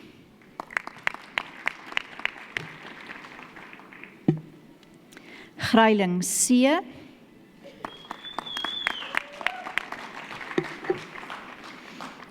Master in Environmental Management. Buthelezi WS.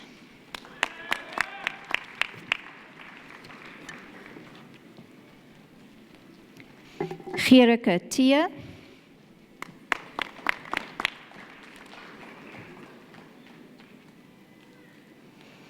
Jeffrey RF and the degree with distinction.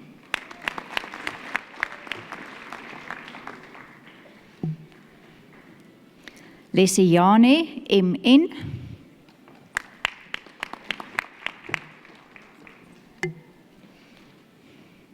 Machaka TL.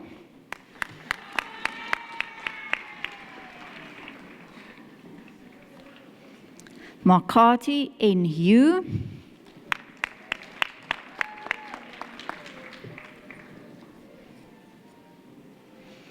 Mashuma LZ.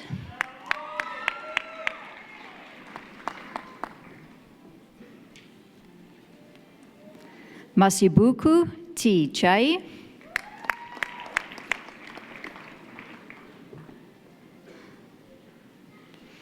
Mhinga NMC.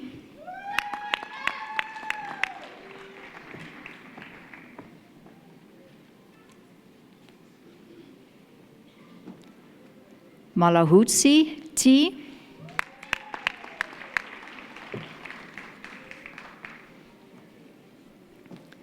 Msole MSB.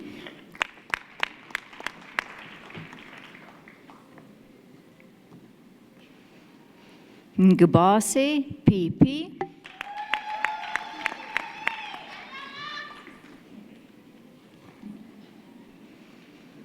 Ngala PT.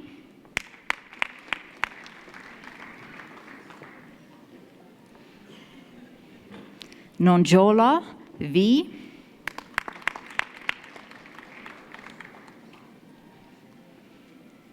Perumal L.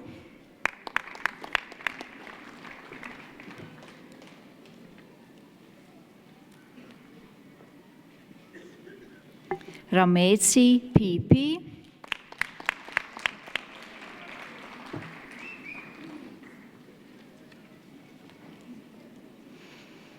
Randwezi RP.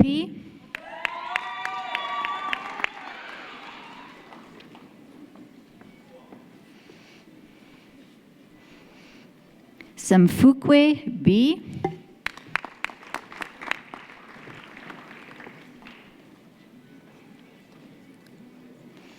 Sinyama Jernstedt LC.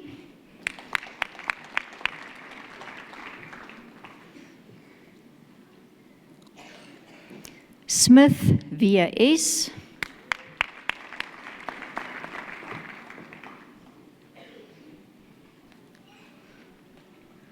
Tapopi MS.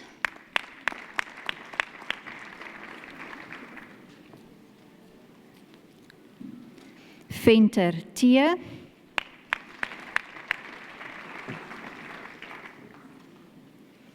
Viljoen P.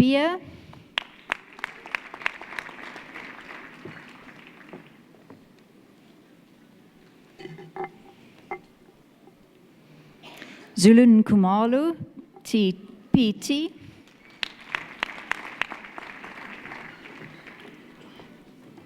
Master in Land and Property Development Management. Shigama, FS, with specialization in valuation.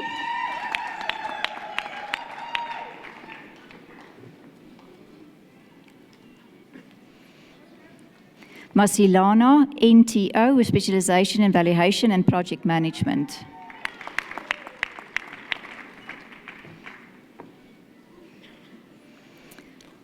Mosikidi, MP, with specialization in valuation.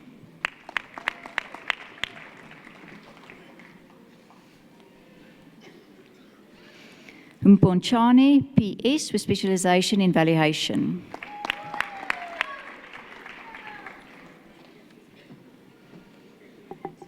Mushumpela, AS, with specialization in valuation.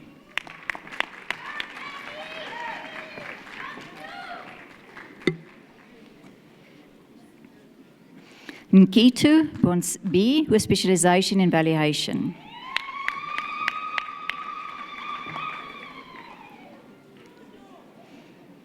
Smith, RVZ, with specialization in valuation.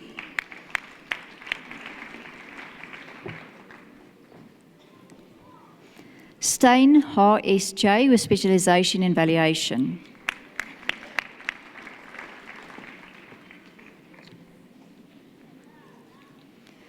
Chwala, PS, with specialization in valuation.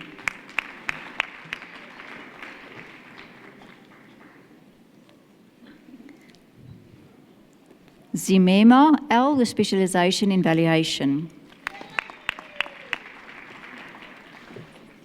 Master in Disaster Management.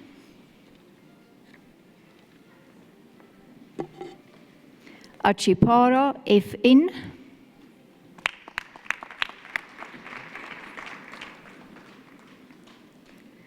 Chisuta, KM.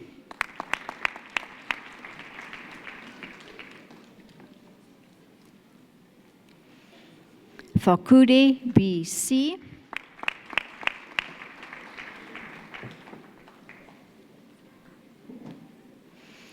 Mavundla, X.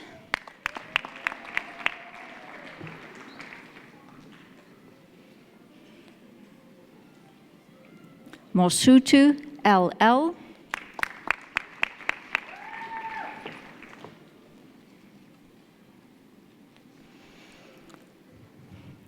Muflale, TE.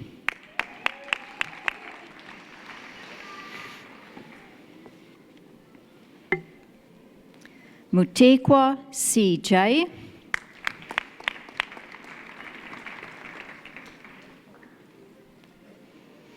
Nzuza, SL.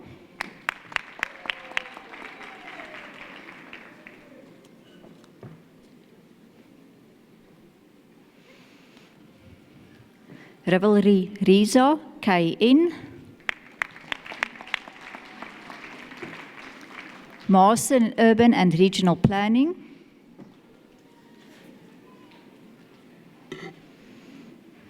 Amukohu, MT.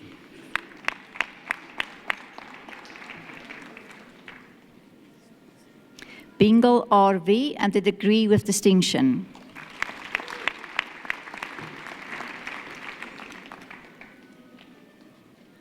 Dorfling, ET.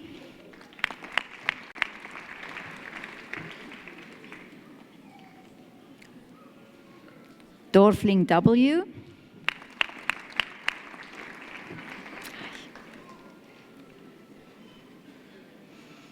Hanana, AB.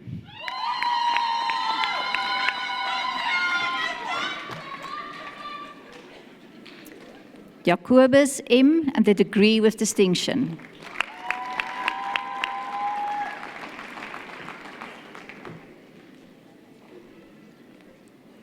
Kale, K.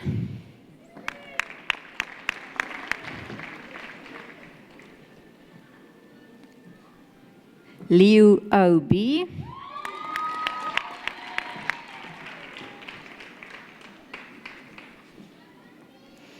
Milokwe OG.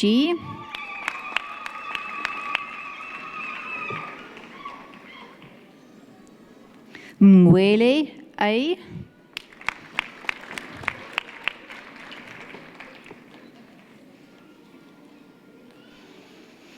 Molelo Kwao BJ.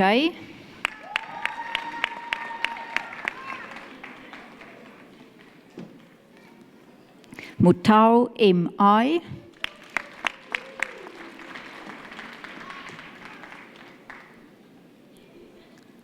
Nochikila SN.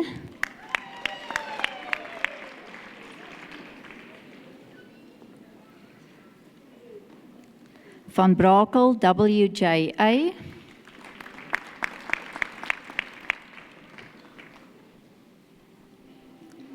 Van Wyk E.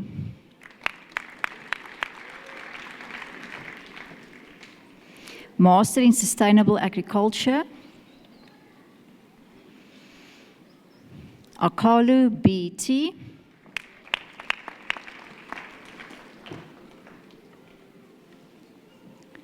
Baleni T.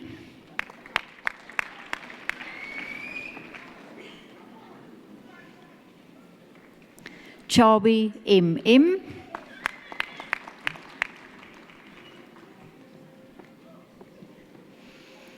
Glutla PZ.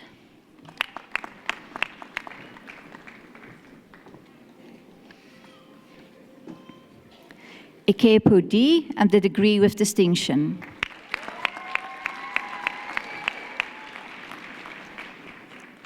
Engelbrecht DL.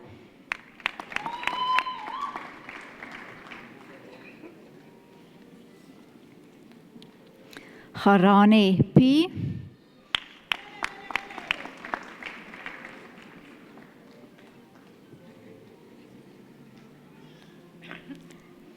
Gassler A.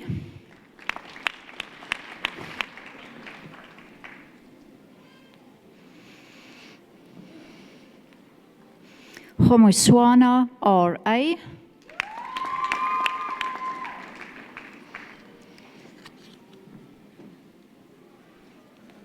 Haliswayo ZV and the degree with distinction.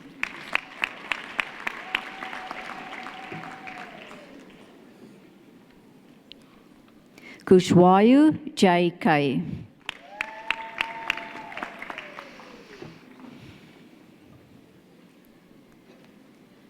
Malaflela NL.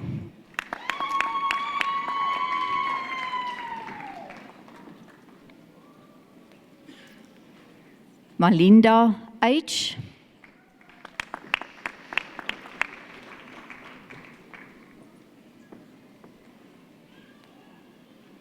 Mashimola M.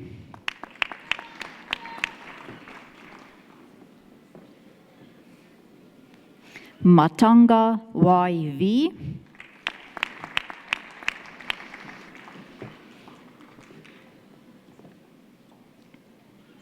Mbuli EJ.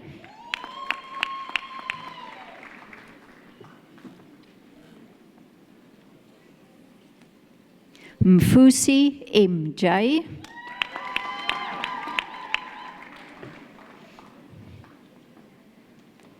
Mfutwana GN.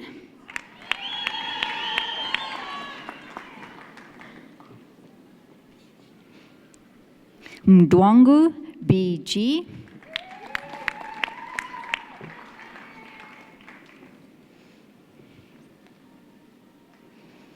Mohomo AT.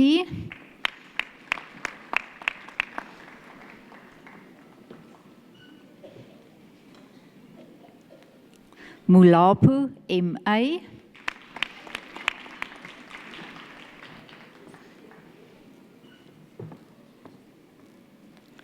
Moloi ZC.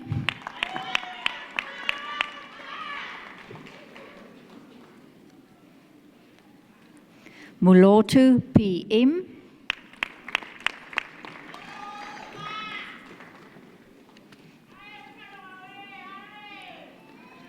Mofiri RR.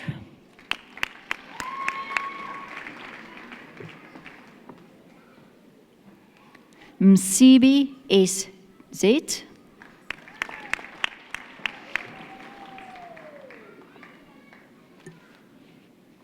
Mungalisa O.M.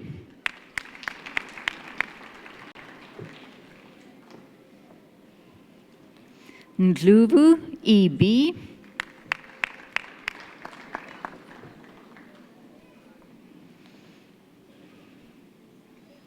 Ngulube N.F.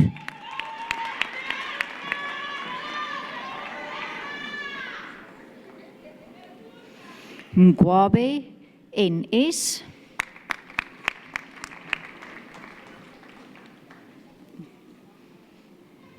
Skuman Pierre.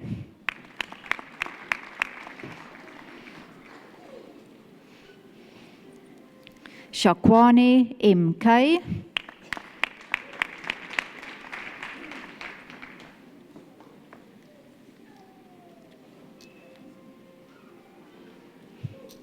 Shandu S.A. and the degree with distinction.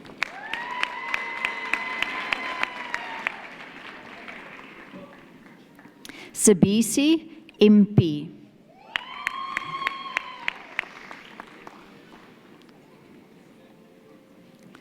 Similane S.E.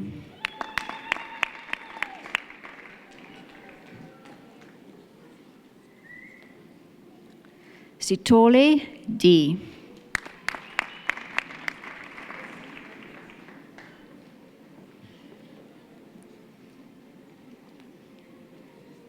Sitole H.N.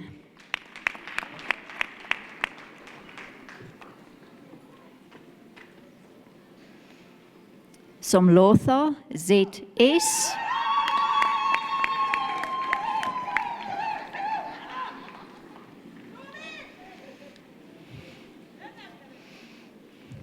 Claudi G.R.M.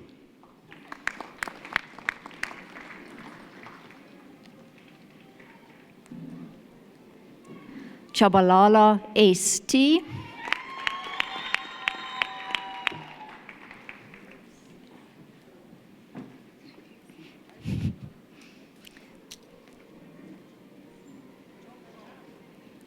Taba N.M.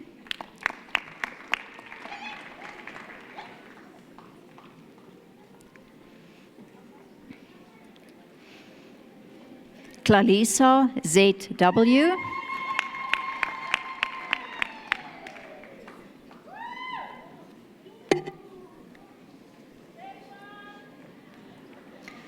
Zulu N.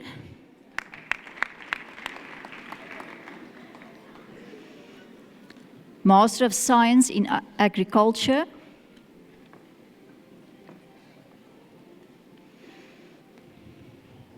Anjamba H.N.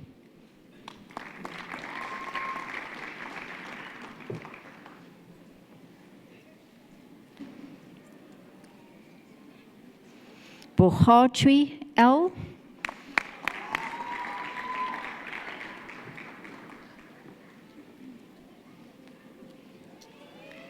Dlamini N.E.M. with specialization in plant breeding and the degree with distinction.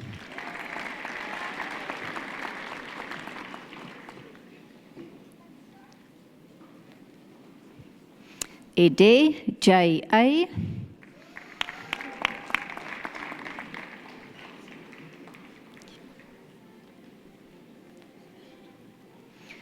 Furi K.L.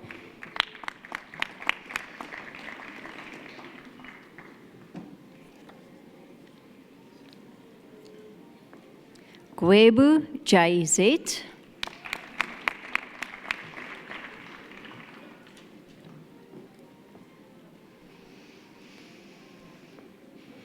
Maflati Y and the degree with distinction.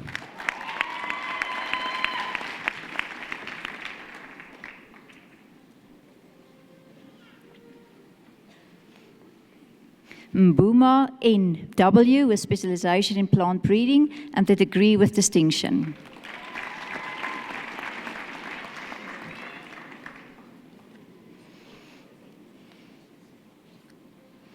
Mohlotsane MP with specialization in agricultural economics.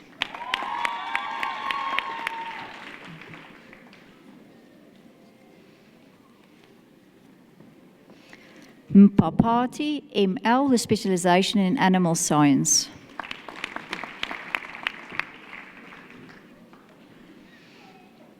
Nyam, YS with specialization in agricultural economics and the degree with distinction.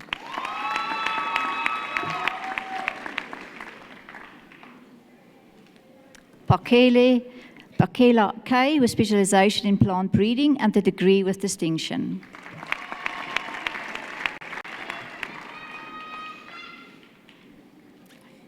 Singwayu SLH with specialization in plant breeding and the degree with distinction.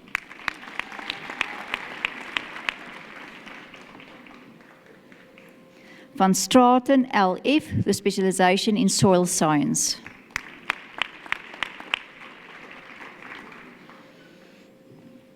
Master of Agriculture. Carlitz PA with specialization in agricultural economics.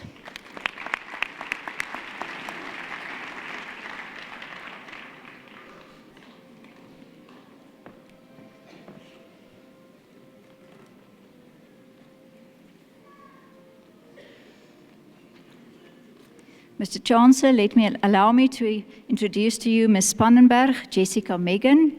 She's receiving the Dean's Medal awarded to the best master's degree student in the Faculty of Natural and Agricultural Sciences, and she did a Master of Science with specialization in geohydrology.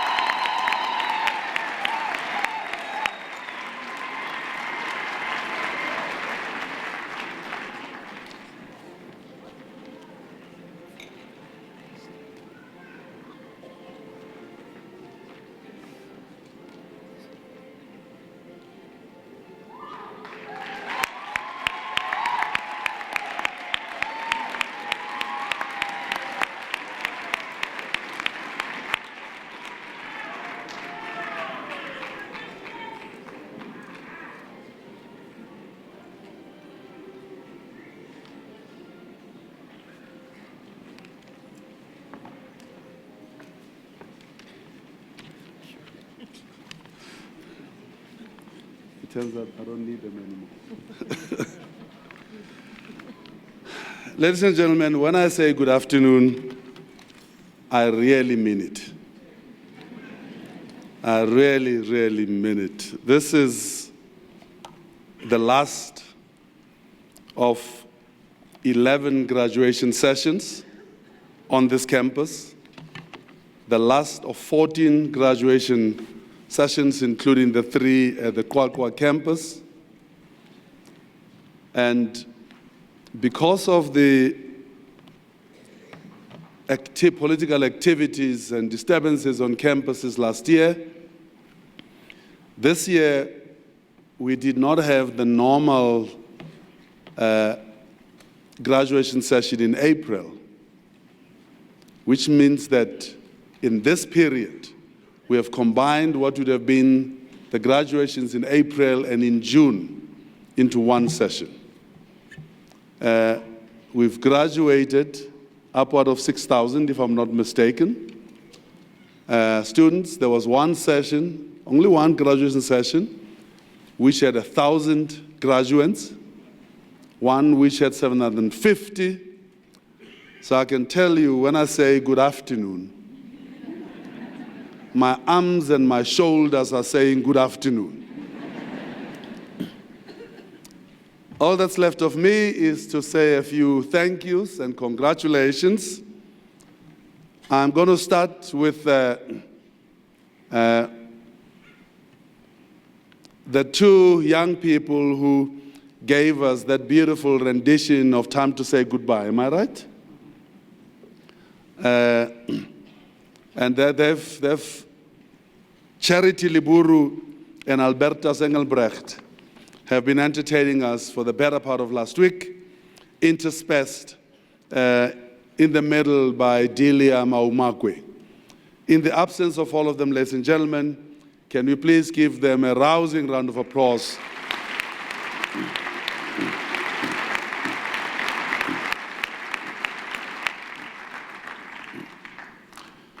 We also have our guest speaker, but I will return to her shortly. Let me come onto the stage now and say to Prof. Corley, well done for again steering us through this one. And Prof. Liesel, you've stepped in seamlessly into the space that Dean Danny would have occupied. And congratulations for having steered us so expertly through this afternoon.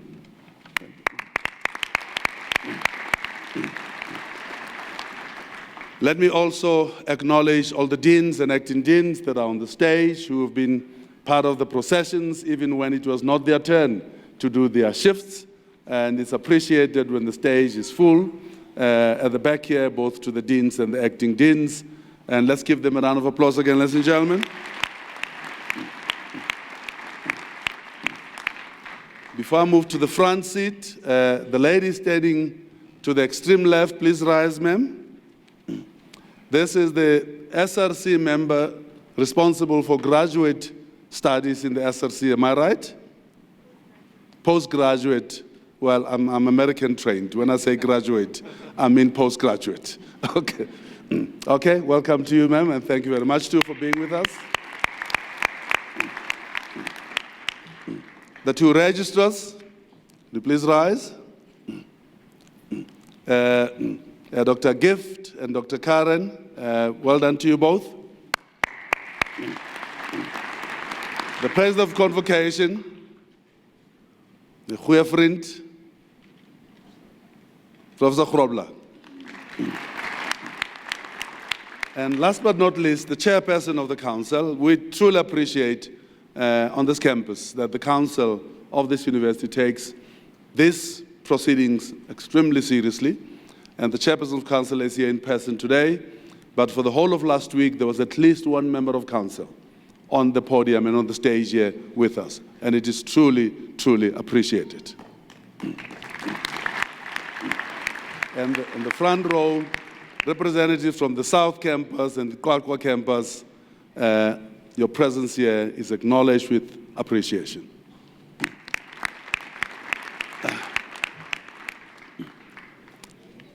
Ladies and gentlemen, so let's now truly bring this to a close. Our guest speaker said you have every reason to be proud, to be truly proud, as the graduates from this particular session. And the reason you have to be proud is because you have the gifts that you have, but even in addition to your gifts, you had to work incredibly hard. A lot had to be sacrificed. Commitments had to be deep for you to be able to, whether getting your master's degree or your doctoral degree, for you to be able to proudly walk across the stage. On a day like this, as our guest speaker indicated, you have every reason to hold your head high and your shoulders square and walk with a bit of an attitude, because you have distinguished yourselves. You have earned the right to be a master or a doctor of whatever it is that you chose to study. Ladies and gentlemen, can we please give them a collective round of applause?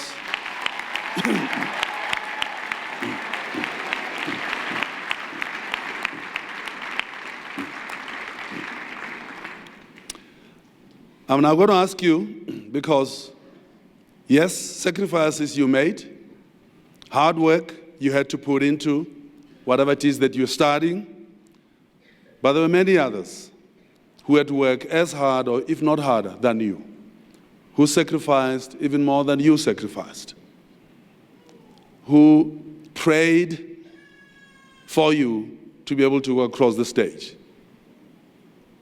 Many of them are sitting up here today in the audience, up on the bleachers, to the left and the right. and some of you them are sitting at the back. If you can please have sufficient humility to rise and say thank you to them now for the contributions that they made in your lives to get you up to this point.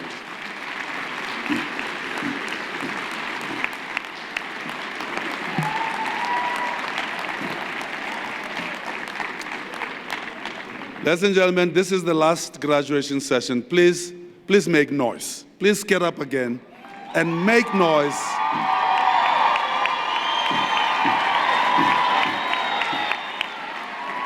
As you remain standing,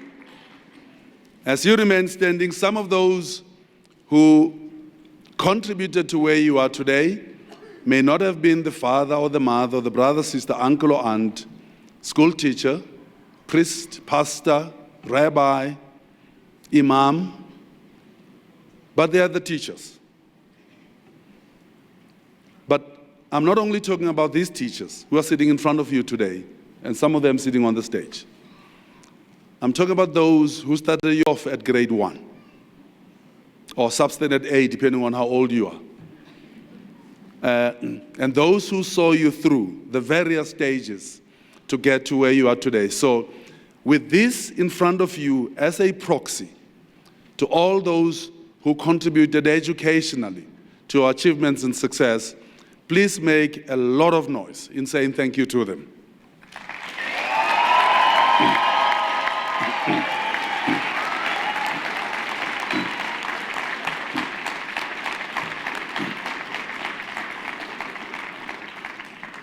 Thank you very much. You can be seated.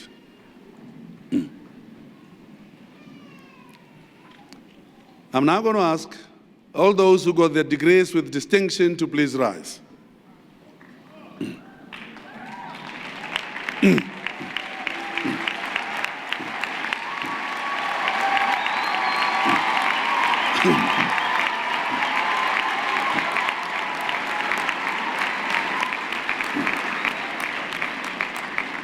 As they remain standing, I'd like you to cast your eyes across and look at the race and gender composition of those who are now standing. Now, 7 years ago, when I first arrived here, as the chancellor of this university, when I asked them to stand like I'm asking them to do so now, 80% of them would be white, 80% of them would be male. I've watched with absolute joy and pleasure over the last few years as the demographics began to change. Today, as they're standing up, almost 50% are black, and easily, I have a bias, so I'm going to say about 60% female.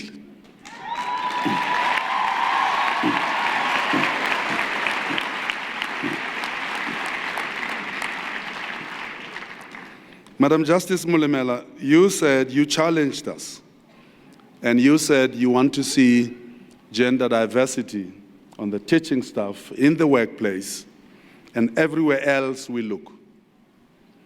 Today, it may be 60% female, but I can tell you that over the last 14 graduation sessions, I think we're looking at between 70 and 75% of the distinctions being female.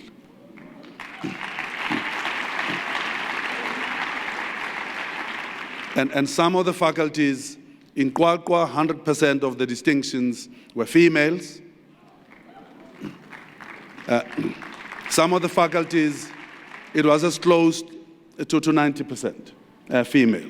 Now, we all know that patriarchy is going to defend itself. Patriarchy is not going to willingly give in and hand over power and authority to matriarchy. But I think with this trend that we're now seeing, I think patriarchy has a fight in its hands, because the females of the species are claiming their space, and rightfully so.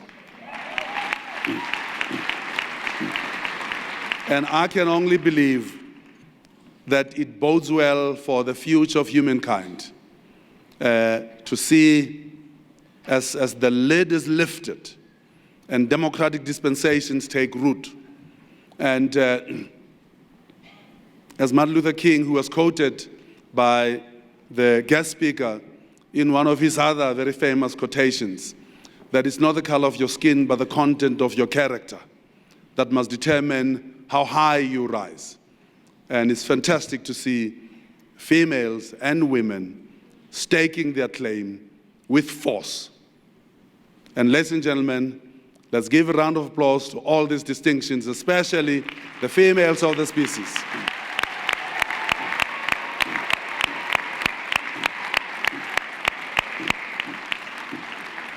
Thank you very much. I'm now truly bringing it to a close. 2 more pieces of work to do. You'd know, because most, as postgraduate students, you'd be aware that for 14 years I was at the National Research Foundation. And postgraduate studies was one of the key things that the NRF exists for, because human capital development is one of the primary challenges of the NRF. There was a time when you'll find many policy documents talking about the gender distributions of higher education. And the statements would go like this. It was not uncommon to see, up to the end of BSc and honors, classes being 50-50, male, female. If you step into the master's level, the females would drop off, and it becomes easily maybe 60-40. By the time you get to the doctoral levels and graduations, you enter into 80-90% male and 20-10% female. Watching you all walk across the stage today, it's clear that that is changing as well. It's not just at the distinctions level that it is changing, but just in terms of the general demographics. And that is very pleasing indeed. But also, our guest speaker, Justice Mahube Molemela, she described me as her brother, and I also describe myself as her sister, my younger sister, if I can say that. Both children of this town, children of the dusty streets of this township, even though the street where she grew up was a main thoroughfare and has always had tarred road, because the municipal buses had to drive on that road. But my family and her family have known each other for many, many years. One of the things that she speaks about, and she uses the example of the SMS as a means of communication, which was an innovation that was proudly South African. Even though, much to its shame, Vodacom tried to cheat the young man of his innovation. And that's what I want to kind of touch on a little bit. In other advanced economies, when young people generate innovations, big companies like Vodacom do not try to cheat them of innovations and force them to go to the Constitutional Court. They celebrate them. And in our case, this poor young man, who's a junior at Vodacom, had to depend on the Constitutional Court for that innovation to be declared his innovation. That's one of the things that is wrong with the structure of the economy of this country. The economy of this country has, for whatever reason, over the last 25 years, started to kind of move away from research and development inside the economy itself. I started to kind of think that because we are now accepted members of the global community, it's okay for us to take whatever R&D we're doing in this country and take it to Singapore, to New Jersey, to Switzerland, and everywhere else in the world and not do it here. That has been the trend. I've been working over the last 2 weeks or so on the draft white paper on science and technology as one of the critical readers, and these features come out of the analysis of the South African National System of Innovation. What's even more astonishing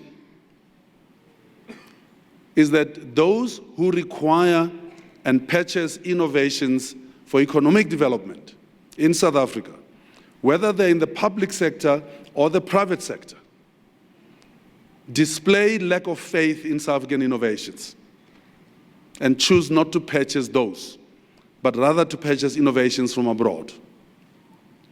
Now, the last thing that I would want to do is to sound like Donald Trump. I don't look like him, I don't like him, and I don't want to sound like him. But South Africa, especially the public sector, the procurement muscle of the public sector is huge. Government in this country, both at national, provincial, and local government level, purchases lots of things.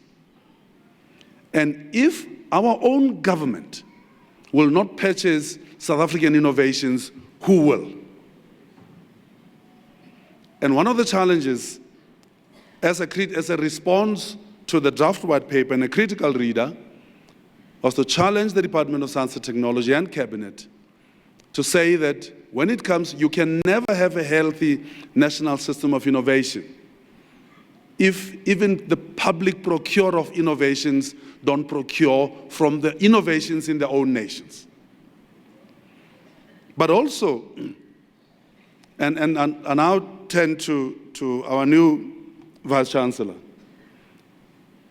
Our higher education institutions, not all of them, some of them, are still caught up in a fairly archaic paradigm that says that universities only exist to produce this knowledge for the public ether. I mean, I'm sitting here, I'm listening to those theses that are being read, the work that you have done. And the chairman of council gives me a bit of a tug and says, how wonderful would it be if this very university would look to some of these innovations that come out of your research and find ways to develop them further. Universities are now developing technology transfer offices, or TTOs, as they are now being called, and exactly to harvest and harness the work that you do at master's and doctoral level and assist them to develop, assisted, of course, by public funding entities like the Technological Innovation Agency, TIA, and some of the supply side mechanisms that you find at the IDC, SPI and PI, and THRIP, which now sits in the DTI. The more we do that, Madam Chancellor, your challenges of innovation will fall on deaf ears. And I honestly believe that, and to Deputy Vice Chancellor Coralie Vitun and to the Vice Chancellor, a lot more energy and resources have got to be put by institutions like ours for the translation of these research results into economy, which hopefully will be procured and purchased by South African businesses, both private and public. But the challenge from our guest speaker goes beyond the innovativeness of yourselves. She also challenges us to become agents to ensure that our country becomes the country that we want it to be.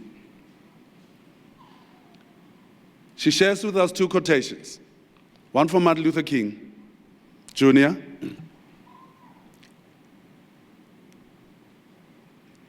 which says that our lives begin to end. He was an orator, right? Our lives begin to end on the day when we decide we will keep silent on issues that matter. On the day that you decide this issue matters, and I'm going to keep quiet. Martin Luther King Jr. says, the beginning of your life The beginning of the end of your life has started. And in our case, because many of us, myself included, decide to keep silent on issues that matter, some brave souls have realized that our salvation lies in the highest court of the land, called the Constitutional Court.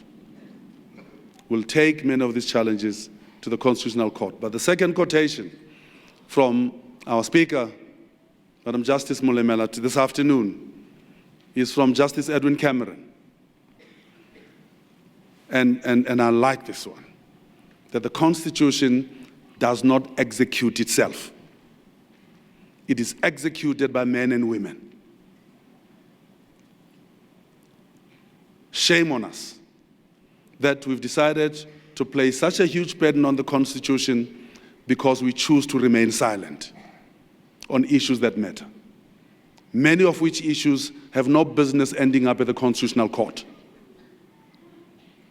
When the Speaker of Parliament decides to knowingly that she can declare that Parliament can vote through secret ballot, she knows that. The lawyers that advise her know that. The lawyers that advise the presidency know that. But again, the judicial resources of this country have to be called upon to pronounce on a very obvious ruling. I know the Chief Justice could have been more scathing in his language. He could have been. But this time, he decided to go easy on some people. But he should have been scathing, because it was a scandal that that issue had to go to the Constitutional Court. Why were we not in the streets to say it did not belong in the Constitutional Court, it belonged in Parliament? It is these silences that Justice Molemela talks to us about.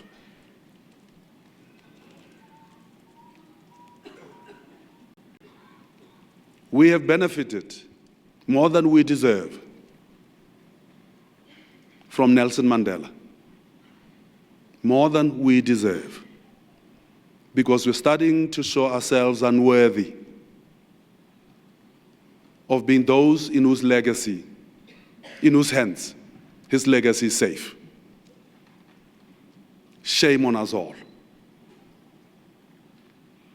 I said this morning, that I drove through the township. I had a funeral on Saturday in Bloemfontein.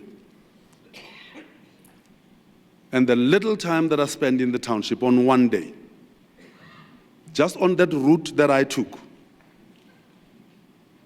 there were at least 5 sewer lines that were blocked. And sewage was spilling onto the streets. The stench that is in the township is deplorable. That human beings continue to live with that kind of stench.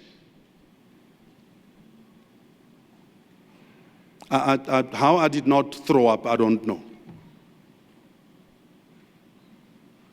And just before you think that I'm starting to wear rose-tinted glasses and I'm starting to say things with a slightly jaundiced view compared to the past, I grew up in the township when there were no sewage lines, when there were bucket toilets. Until I went to the US at the age of 24, the toilet at home had a bucket. But the stench that I've smelled in the township on Saturday afternoon, I'd never smelled before in that same township. I'm not trying to be historically revisionist,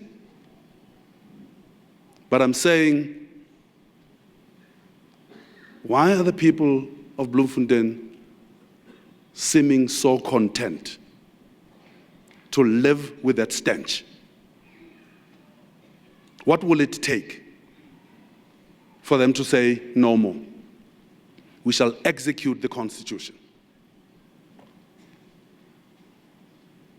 Are we worthy, ladies and gentlemen, to be those in whose hands the legacy of the great Madiba should rest?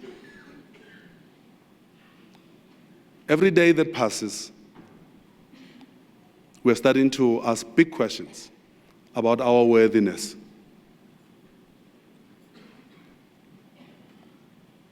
Madam Justice Mulemela says, let's draw the line. Susan Foslo, who spoke earlier this week, says, let's draw the line. Judge Muchumi, who spoke earlier this week, says, let's draw the line. The Vice-Chancellor, who spoke twice this week, says, during this month of June, let us remember those young men and women, boys and girls of Soweto, who became that line that got drawn in the sand, from whose sacrifice we so generously benefit today.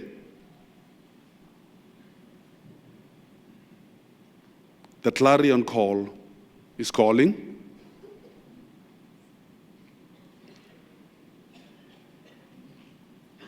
Can the falcon not hear the falconer as things fall apart?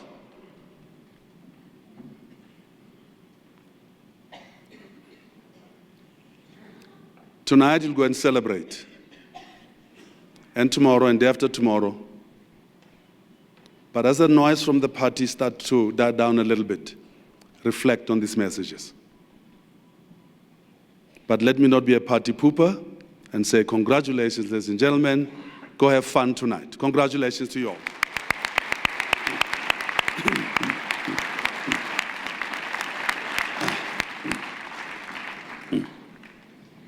Amanda Lee Mankum, can you please rise?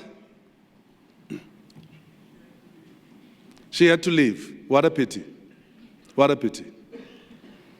5 papers published and 4 more papers submitted out of a PhD. That's remarkable. That's tremendous.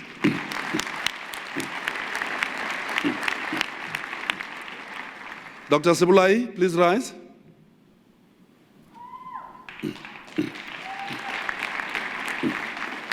And your student, your very first PhD, 1 book chapter, 2 papers published, and 2 papers submitted.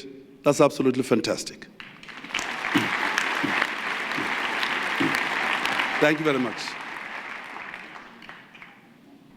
Prof. Corley, I don't know. I'm doing the calculations and the mathematics as I'm sitting there. I almost think that I heard that almost the average number of papers coming out of PhDs is between 3 and 4. And that is incredible productivity out of PhDs. That is truly incredible productivity.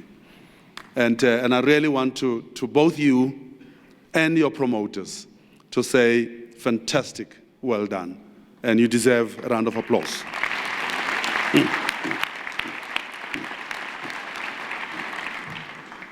Mametsi Sibitlo, please rise. You look 15, I can tell you, my dear. And how you end up with a PhD, with a face looking as young. I had to ask her how old she was. And she told me her age, but I will not share the age. She's a couple of years older than 15. Fantastic, well done. I just wanted to recognize you too.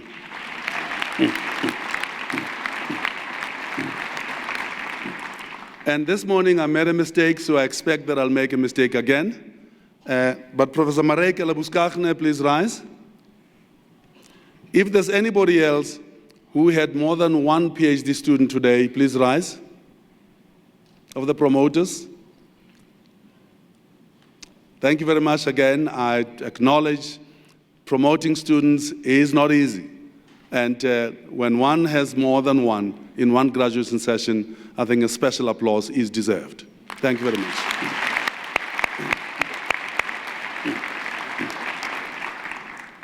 The only person on the stage that I've not spoken about so far is the Vice-Chancellor, but I'm going to spare him the blushes because I'll talk about him again tonight. So I'm going to spare you the blushes, Professor Peterson.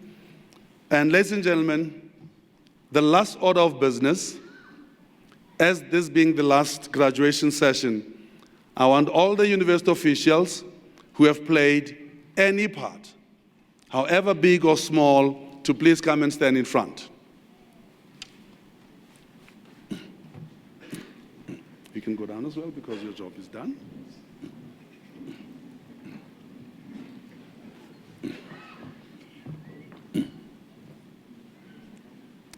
Anyone wearing the gown that has black and magenta and is wearing a university blazer, please come to the front.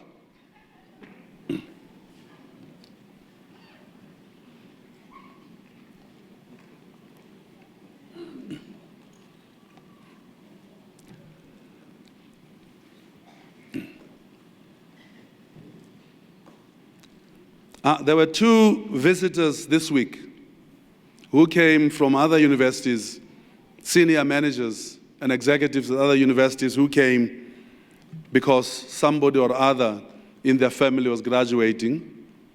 And both of them came to me afterwards and said that the dignity of the graduation at this university is surpassed by none other that they've experienced. I'm sure, ladies and gentlemen, you experienced it this afternoon. It's dignified, it's organized, it's on the point, and it gets executed as well as it gets executed because of the people standing in front of the stage and under the leadership of the registrars. This year was particularly difficult. And Libby is not here, and I would have wanted to single her out because she's unwell. She is the person who's conducting this orchestra, and in fact, not even conducting it, doing the bulk of the work herself. That ought to have been done by 2 or 3 or more people, to the point where she got sick. When we went to the graduation in Kwakwa, the campus principal would recall, some of the certificates arrived late. There are people that had to work until 4 o'clock in the morning to make sure that when you walk into this hall, all you see is this professionalism that you see. But what is not on display is how much work these people had to do to execute what you've enjoyed today. They know they have a chancellor who is a perfectionist. Every time when I get home and things have not gone as perfectly as I want them to, I fire emails that put fires under the back seats of people on this campus. Because I insist that the next time I come, I will not find the same kind of sloppinesses. I'm proud of these people standing in front of the stage. I'm immensely proud of what they had to pull together for this graduation season to be as fantastic as it's been. A lot of work. I have no idea how some of them are going to wake up tomorrow morning to come to work, honestly. I know how relieved they are because I know they're going to collapse tonight in their beds. And so I'm appealing to the registrars and the deans and everybody else. If they rock up at 11 o'clock tomorrow morning, blame the chancellor. If 1 or 2 of them choose to take a day off, claim that money from the chancellor. He will pay the money. Ladies and gentlemen, I want you to give a true round of applause to these unsung heroes.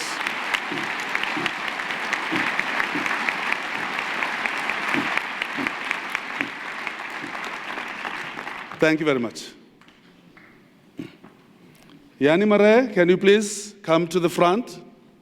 And Anton and the entire ensemble, please come to the front. To the front, to the front.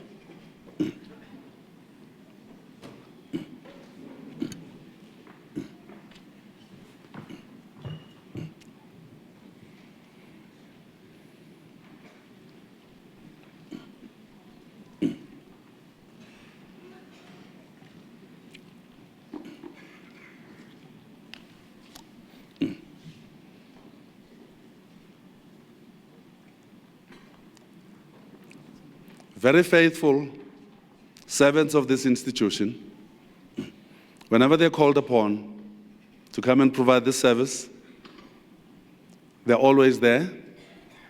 Like clockwork, they they calculate the number of steps that we will take as a procession walks into the hall. That's the level of professionalism. The drama at the restaurant on Thursday night, I think, the drama number 3 from the right walked up to me and says, I'm the lady that beats the drums. I'm the one that decides how long or how short this pomp and circumstance march is going to be. And these are professionals of the first order, ladies and gentlemen, that we're privileged to be entertained by when we come to these graduations. And I want us to again give them a deserved round of applause for their loyal service to this institution. Anton and Yanni and everybody else, thank you very much. Highly appreciate it.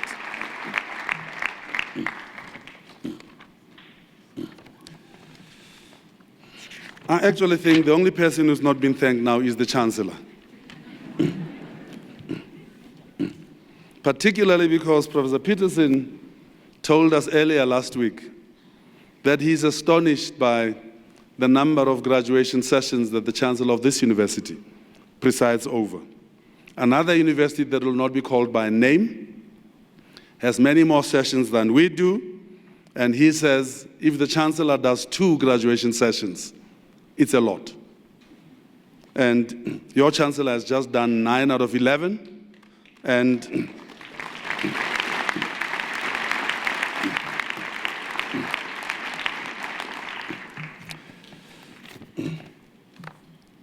with that bit of note of self-congratulation, I bring these proceedings to a close.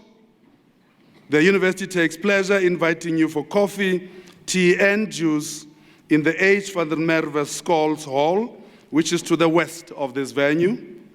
We will shortly rise and join in the singing of the national anthem, which will be led by Yanni Marais, accompanied by the graduation instrumental ensemble, directed by Anton Esterhazy. After that, you are required to remain standing while the congregation is dissolved and until the main and academic processions leave the hall. May you please rise.